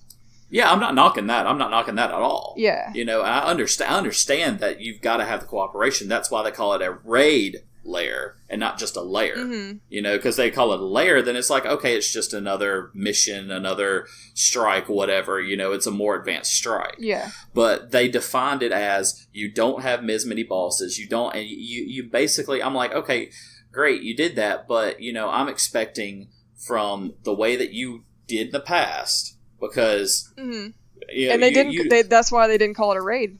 I think they called it a raid layer. It's like why didn't you give me that raid that they is did, expected? That's exactly why they didn't call it a raid. because people expect to have a raid when you drop those DLCs, because that's how you did it in the past. When you dropped a DLC, you gave us a raid. DLC raid. This time DLC they didn't say raid. And it's just, that's my thing, though. It's like, that was one of those shortcomings, and a lot of people have the same beef on that. It's like, why didn't you give us a full raid? Why did you stick this on the Leviathan? Mm-hmm. And technically, if you look at it from a person's perspective, like Holliwood, if you tell him, hey, here's your raid, and here's your raid layers, and they're all on the Leviathan. They're all on the Leviathan. Yep. And so they're all in the same, they're all in essence in the same place. They're all in the same zone, just like if you dropped into... if you dropped onto Earth, you're all in the same. You're in the same area. You're in the same content. Yeah, you have other things in a big area to grow on. They don't look alike at all. Oh, I know they don't look alike, but that's the thing is like they're all in that same area. With the raids in the past, you had them on separate different planets. Whole different thing. Sure. And I know that, and I've watched plenty of playthroughs on both the raid layers. They do look like a lot of fun. They do look a lot of fun. They look like a blast. The one dude that you have to coordinate your attacks to drop his shield to be able to attack him. I can't remember that one. It's the first raid layer. That's both of them, both Argos and Valkor. You have to do that. Okay, I did not know that about him because I've just watched very little on the second raid layer. Yeah, there's so much you're going to lose when you're just watching videos too. And I know. But I mean, like I said, it to me it feels like, you gave us a little less, and you're trying to make this a better game, and you're trying to grow the game. I feel like you're not doing what you should to grow the game, and that's my whole contention with making it a raid layer. Because I mean, I feel like if you're going to drop us a big content, a DLC, especially when you were so thin on content on Osiris, now you're going to give us a watered down raid. Yeah. Don't have a problem with that, but why give us such thin content and a watered down raid? Why didn't you spend more time and give us a raid? The raid is not... So, if you look at the Leviathan, the Leviathan plus the 2 raid layers gives you a full raid. Right? So you have the Leviathan and the 2 raid layers. Yeah. Which, that in combination is... already as big as any other raid that Destiny 1 had to offer. So what they've done is they've spread out an entire themed raid in-game encounter over the amount of months that they've been in Destiny 2 now. So, not even a year and they have this entire raid content set. So, to me, that's not too bad. I mean, if all they had to this point right now was the Eater of Worlds, I'd be like, that kind of sucks. Yeah. But if you take them all in combination, there's a lot to that. And Forsaken's, they're promising, and they may break your promise, but they're promising it's going to be bigger than the Taken King, with this new Awoken realm, but it may or may not be. But that's going to be by year 2, they will have had that much raid content. So I'm also afraid though with the Forsaken, they're not going to put another raid in. I feel like they're going to do another raid layer. No, it is going to be if it is a raid layer. If it's going to be a raid layer and they're saying it's going to be bigger than the Taken King, then that is the most egregious. Okay, I will put this on the table right now. If it is not bigger than a raid layer, then I will quit Destiny. No, I'll tell you what's going to happen with the Forsaken right now. It's going to come out, and it's going to be awesome. And it's going to pick Destiny 2 up, and Destiny 2 is going to be an awesome game. And I mean that. That's what's going to happen. That is their pattern. Really no, that's their pattern. Just like you said, then it's because they do that, then they're going to release they're going to go for a year without any of the DLC, and then they're going to drop something else later as they try to collect a little bit more. What's that based on? This 1 year? No, this is based off their Destiny 1 pattern. Well, actually, what's funny about that is if you go in and you actually read what they've released and what they've said about what's going on, there actually is no DLC planned for the next year after Forsaken. Mm-hmm. They've even already admitted that. Yeah, this is exact because same they said pattern they said that if you pay, I played this game a lot. I didn't even know that. That's pretty sad. Yeah, they said that when you pay for the pass, it's not like a season pass where you get extra DLCs. You're going to get these other like little. It's not even a DLC. It's like different type of event that it's a paid for event throughout the years, and there's 3 of them. Arrow racing and so on and so forth. Oh, so there's it's not going to be seasons. Well, I'm just saying it's these little events like that. Yeah, but it's the same thing. But you're going to have to. It's not like Sparrow Racing. It's something I don't know exactly how Iron to Banner describe or something. I don't know. Some PvP thing. No, you're thinking about like seasons and stuff. No. It's something a little different than that. There's 3 different pieces of it, and it's paid, but there is no DLC. There's not going to be a Dart Below or Okay, so there's no expansions for a whole year. That's going to come behind that. Yeah, if that's the case, and I do what I normally do and max light on all 3 characters within about 6 weeks, and there's no expansions coming the next few months, and I'm not going to play for very long. And there's not, and that's what my fear is that they're falling into that groove of the same thing of what they did in the past, and that's going to hurt them. But the thing that I do like about Forsaken, that I see Forsaken coming in, is they do say that it's going to be bigger. I like the idea of Gambit. Gambit looks awesome. I've seen quite a few playthroughs of it, and it looks like it's just going to be an amazing twist because it's a twist between PvE and PvP. So that looks great. They're adding that new content in. My biggest problem so far is it'll probably get old. To be honest, it would probably get old really quick. Yeah. It probably will because it seems very repetitive. I mean, when you look at what's lining up, it's like, okay, how are you going to keep my attention for the next year? It may not. I don't think it's going to. I really don't think it's going to keep it for a couple months. Yeah. Seriously. One didn't keep your attention for very long, so why would Forsaken? Forsaken will, because it's going to leave. I'm telling you right now, this is my prediction. It's going to leave it just like the Taken King. Taken King is going to be better than Forsaken. This is my prediction. Okay. It might be, but it's going to be better for Forsaken. Well, yeah, but I mean, if you say that now, then Forsaken can never be as good because, like, you're already predicting that. I think Forsaken's going to be great. I think that Forsaken's going to be great for 6 weeks, like you said. Taken King was not good for 6 weeks. It was good for months. We've spent so many hours on that ridiculous raid. Yeah, well, I mean, you gotta remember the Taken King raid was. Then I don't anymore. So you gotta remember that Taken King raid was ridiculous, but it was so much fun because we spent so many hours on it. They're a lot harder nowadays. Oh yeah, they are. They're ridiculous. Yeah. But it's just one of those things where I feel like because there's going to be a comparison thrown out between the Taken King and Forsaken. And I see what you're saying. Right now, like the pattern seems to be lining up, but I don't know if it's that predictable. And right now, what I fear is Forsaken isn't going to bring it like the Taken King did. Okay. The reason why I say that is because when you were going from the Howls of Wolves to Taken King, you didn't have all these updates in between. You didn't have these step updates like they're doing now. Now you're having all these step updates that are coming from between Warmind and all the way up to the Forsaken. Yeah. So you're getting all these changes up here, and so it's not going to have such the big effect that we want. Yeah, it's not going to hit as hard. You're getting the loadout changes. You're getting all of these other changes, but it's coming in so many different little small intervals that when Forsaken hits, it's not going to have the effect that Taken King did. And that's why I feel like that's where their pattern-ish one changed a little bit, but they're still falling into the same idea of, okay, this is how I make my content work. Yeah. And it gets down to it. It's a money grab. I mean, it really is. I mean, it's like Like Edgy stated many times, it's a business. They got to make money, and I'm fine with that. Make your money. Yeah, making lots. So of does money. Bethesda. So does CD Projekt Red, but they bring out quality content. But here's why I say, well, Destiny, it's not going to be as good. It's not going to be as good as for Taken King because of those things you said, and because we've seen it before. I mean, Destiny 1 was the first time we'd seen it, so we've kind of gotten used to it. But this is going to be one of their better ones to release because they have to get everybody interested again. And they're going to try to run it. I'm going to go ahead and tell you, they're going to run the hype to where they're going to say, hey, we fixed it all. We've been listening to you. Here it is. What you've been waiting for. Bam. And they get everybody hyped. And then I hadn't heard anything about a Destiny 3, but whatever they're going to do next is what they're priming you for whatever they're going to do next. They want you to believe that they figured it out. Or it may totally suck and you don't play it anymore. Very true.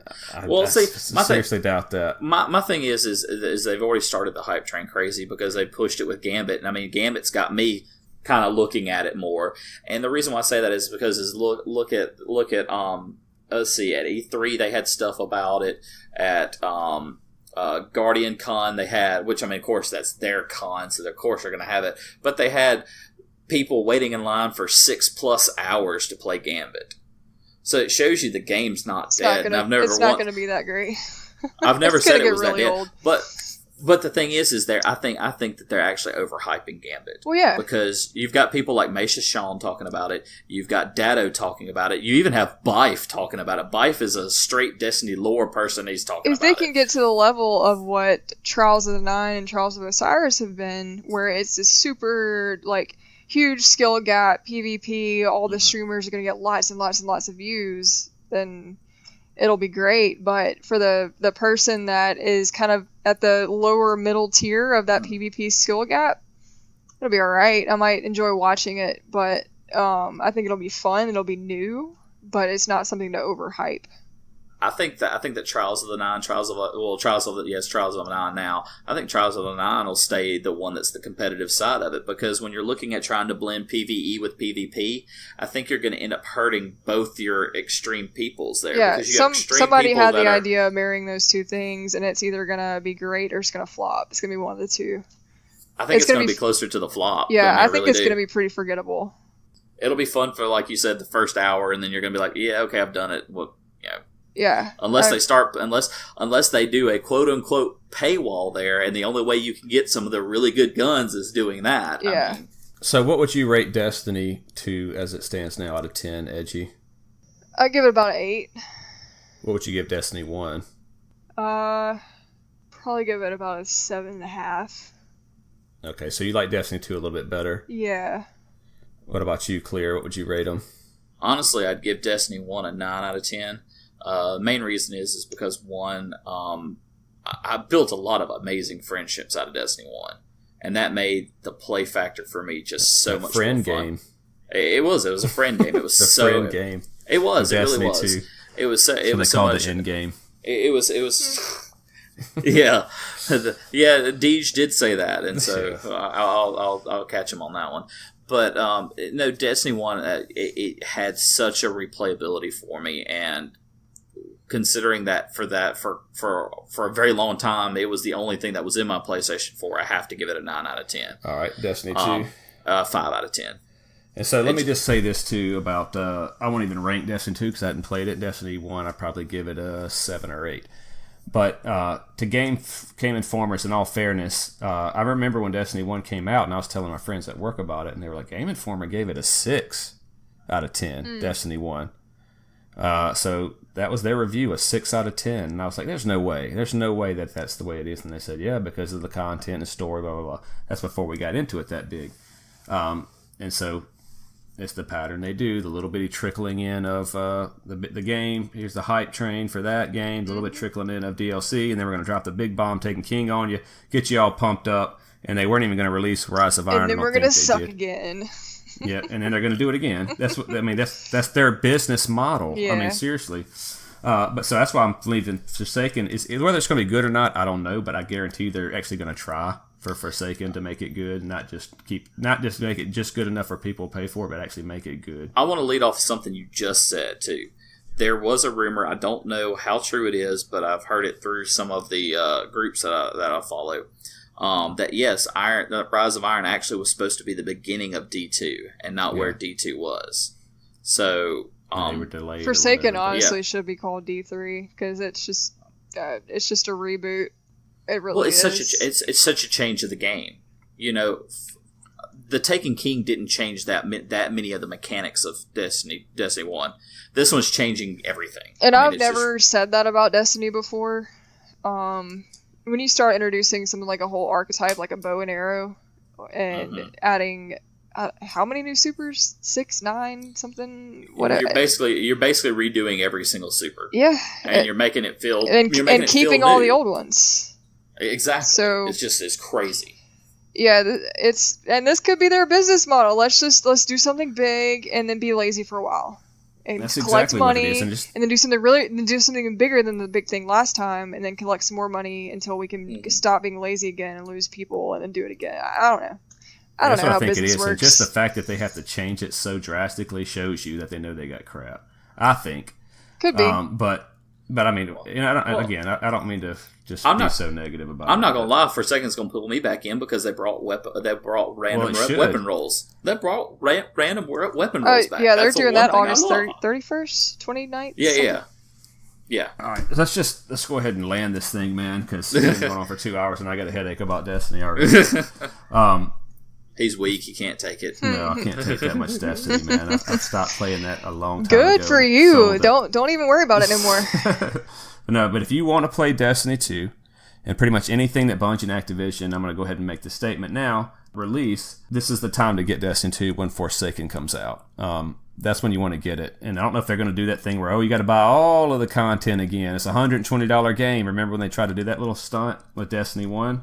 And they go, wait, I already got everything. Why would I need to buy spend $120 again just to get the Taken King? You don't remember that? Okay, go just look it up and see what happened. But that was going on, and then they changed it. Oh no, you're going to be throwing your money at us. You don't remember Luke Smith saying that? Wait till we release it. You're going to be throwing our money at us. Okay. Yeah, well, he's sitting on a yacht somewhere right now, drinking a martini. Oh yeah, they did. Everybody threw their money at him, except for Holliwood Cole. I'm sure he's hurting. Yeah. But so I forgot about releasing the word of the day when we were talking about the contest, so I will go ahead and release the word of the day now. Cleric is the word of the day. CLERIC, Cleric, in honor of the EverQuest podcast and EdgiestThunder's guest appearance here. It's a good word. So thank you for being on here, and thank you for shedding some light on this Destiny and Bungie and the whole thing here. Yeah. Thank you for your view. I really loved hearing it. I loved hearing the different aspect from, of course, what we have, which is not totally negative, but not also in the best light. And I love the intellectual thought that you had on some of those things. That was a really awesome to hear that. I appreciate that. Yeah, you're more than welcome anytime you need a view that you're not getting on the forums or on Reddit or on Twitter. Please let me know, because trust me, I gripe about this game all the time. It's like one of my there are a lot of pet peeves that they violate. The server stability, some of the glitches they have, I hate it sometimes. The RNG really pisses me off a lot. So, but at the same time, like, I can offer some of the enjoyment that I've gotten out of it day after day as well. So I'll be happy to offer that up if you ever have any questions. If any of your viewers have questions, send them my way. Yeah, and ultimately that's all that matters. If you're having fun with the game, then that's what it's for. If you're enjoying it, that's what it's for. And you don't have to get into all this media hype and all this grab and all this. And that's just like politics. We have enough of that. Yeah, and exactly. Well, I want to thank you for giving us a true fan view. You gave us a true fan of the game view. Now, granted, I am a fan of the game, but right now I'm a pessimistic fan. Sure. So I want to thank you for your true fan view and not a fanboy view, because right now if you go on Reddit, you're either going to get a fanboy or total hate. You don't get this really happy place where, okay, there's somebody that enjoys it, they've got their gripes about it, but they enjoy the game, and you gave us that view, and that was, that's amazing to have. Well, good. I'm glad I could help out. And I wanted to thank you, Kleer, for giving us your love-hate relationship with the game there. Always. I was thinking about making that the word of the day, either love-hate or raid layer. Is that hyphenated or does it have a slash in it? I'm not sure if that's really a word. Figure it out. No, I'm pushing for space magic. Space magic would be good. So just so there's no confusion, cleric's the word. Message it to us, and don't forget to like the pages. And thank you guys. This is an extra long one, 2 hours. I hope you guys enjoyed it. And we'll talk to you guys later. Take care. Thanks, guys.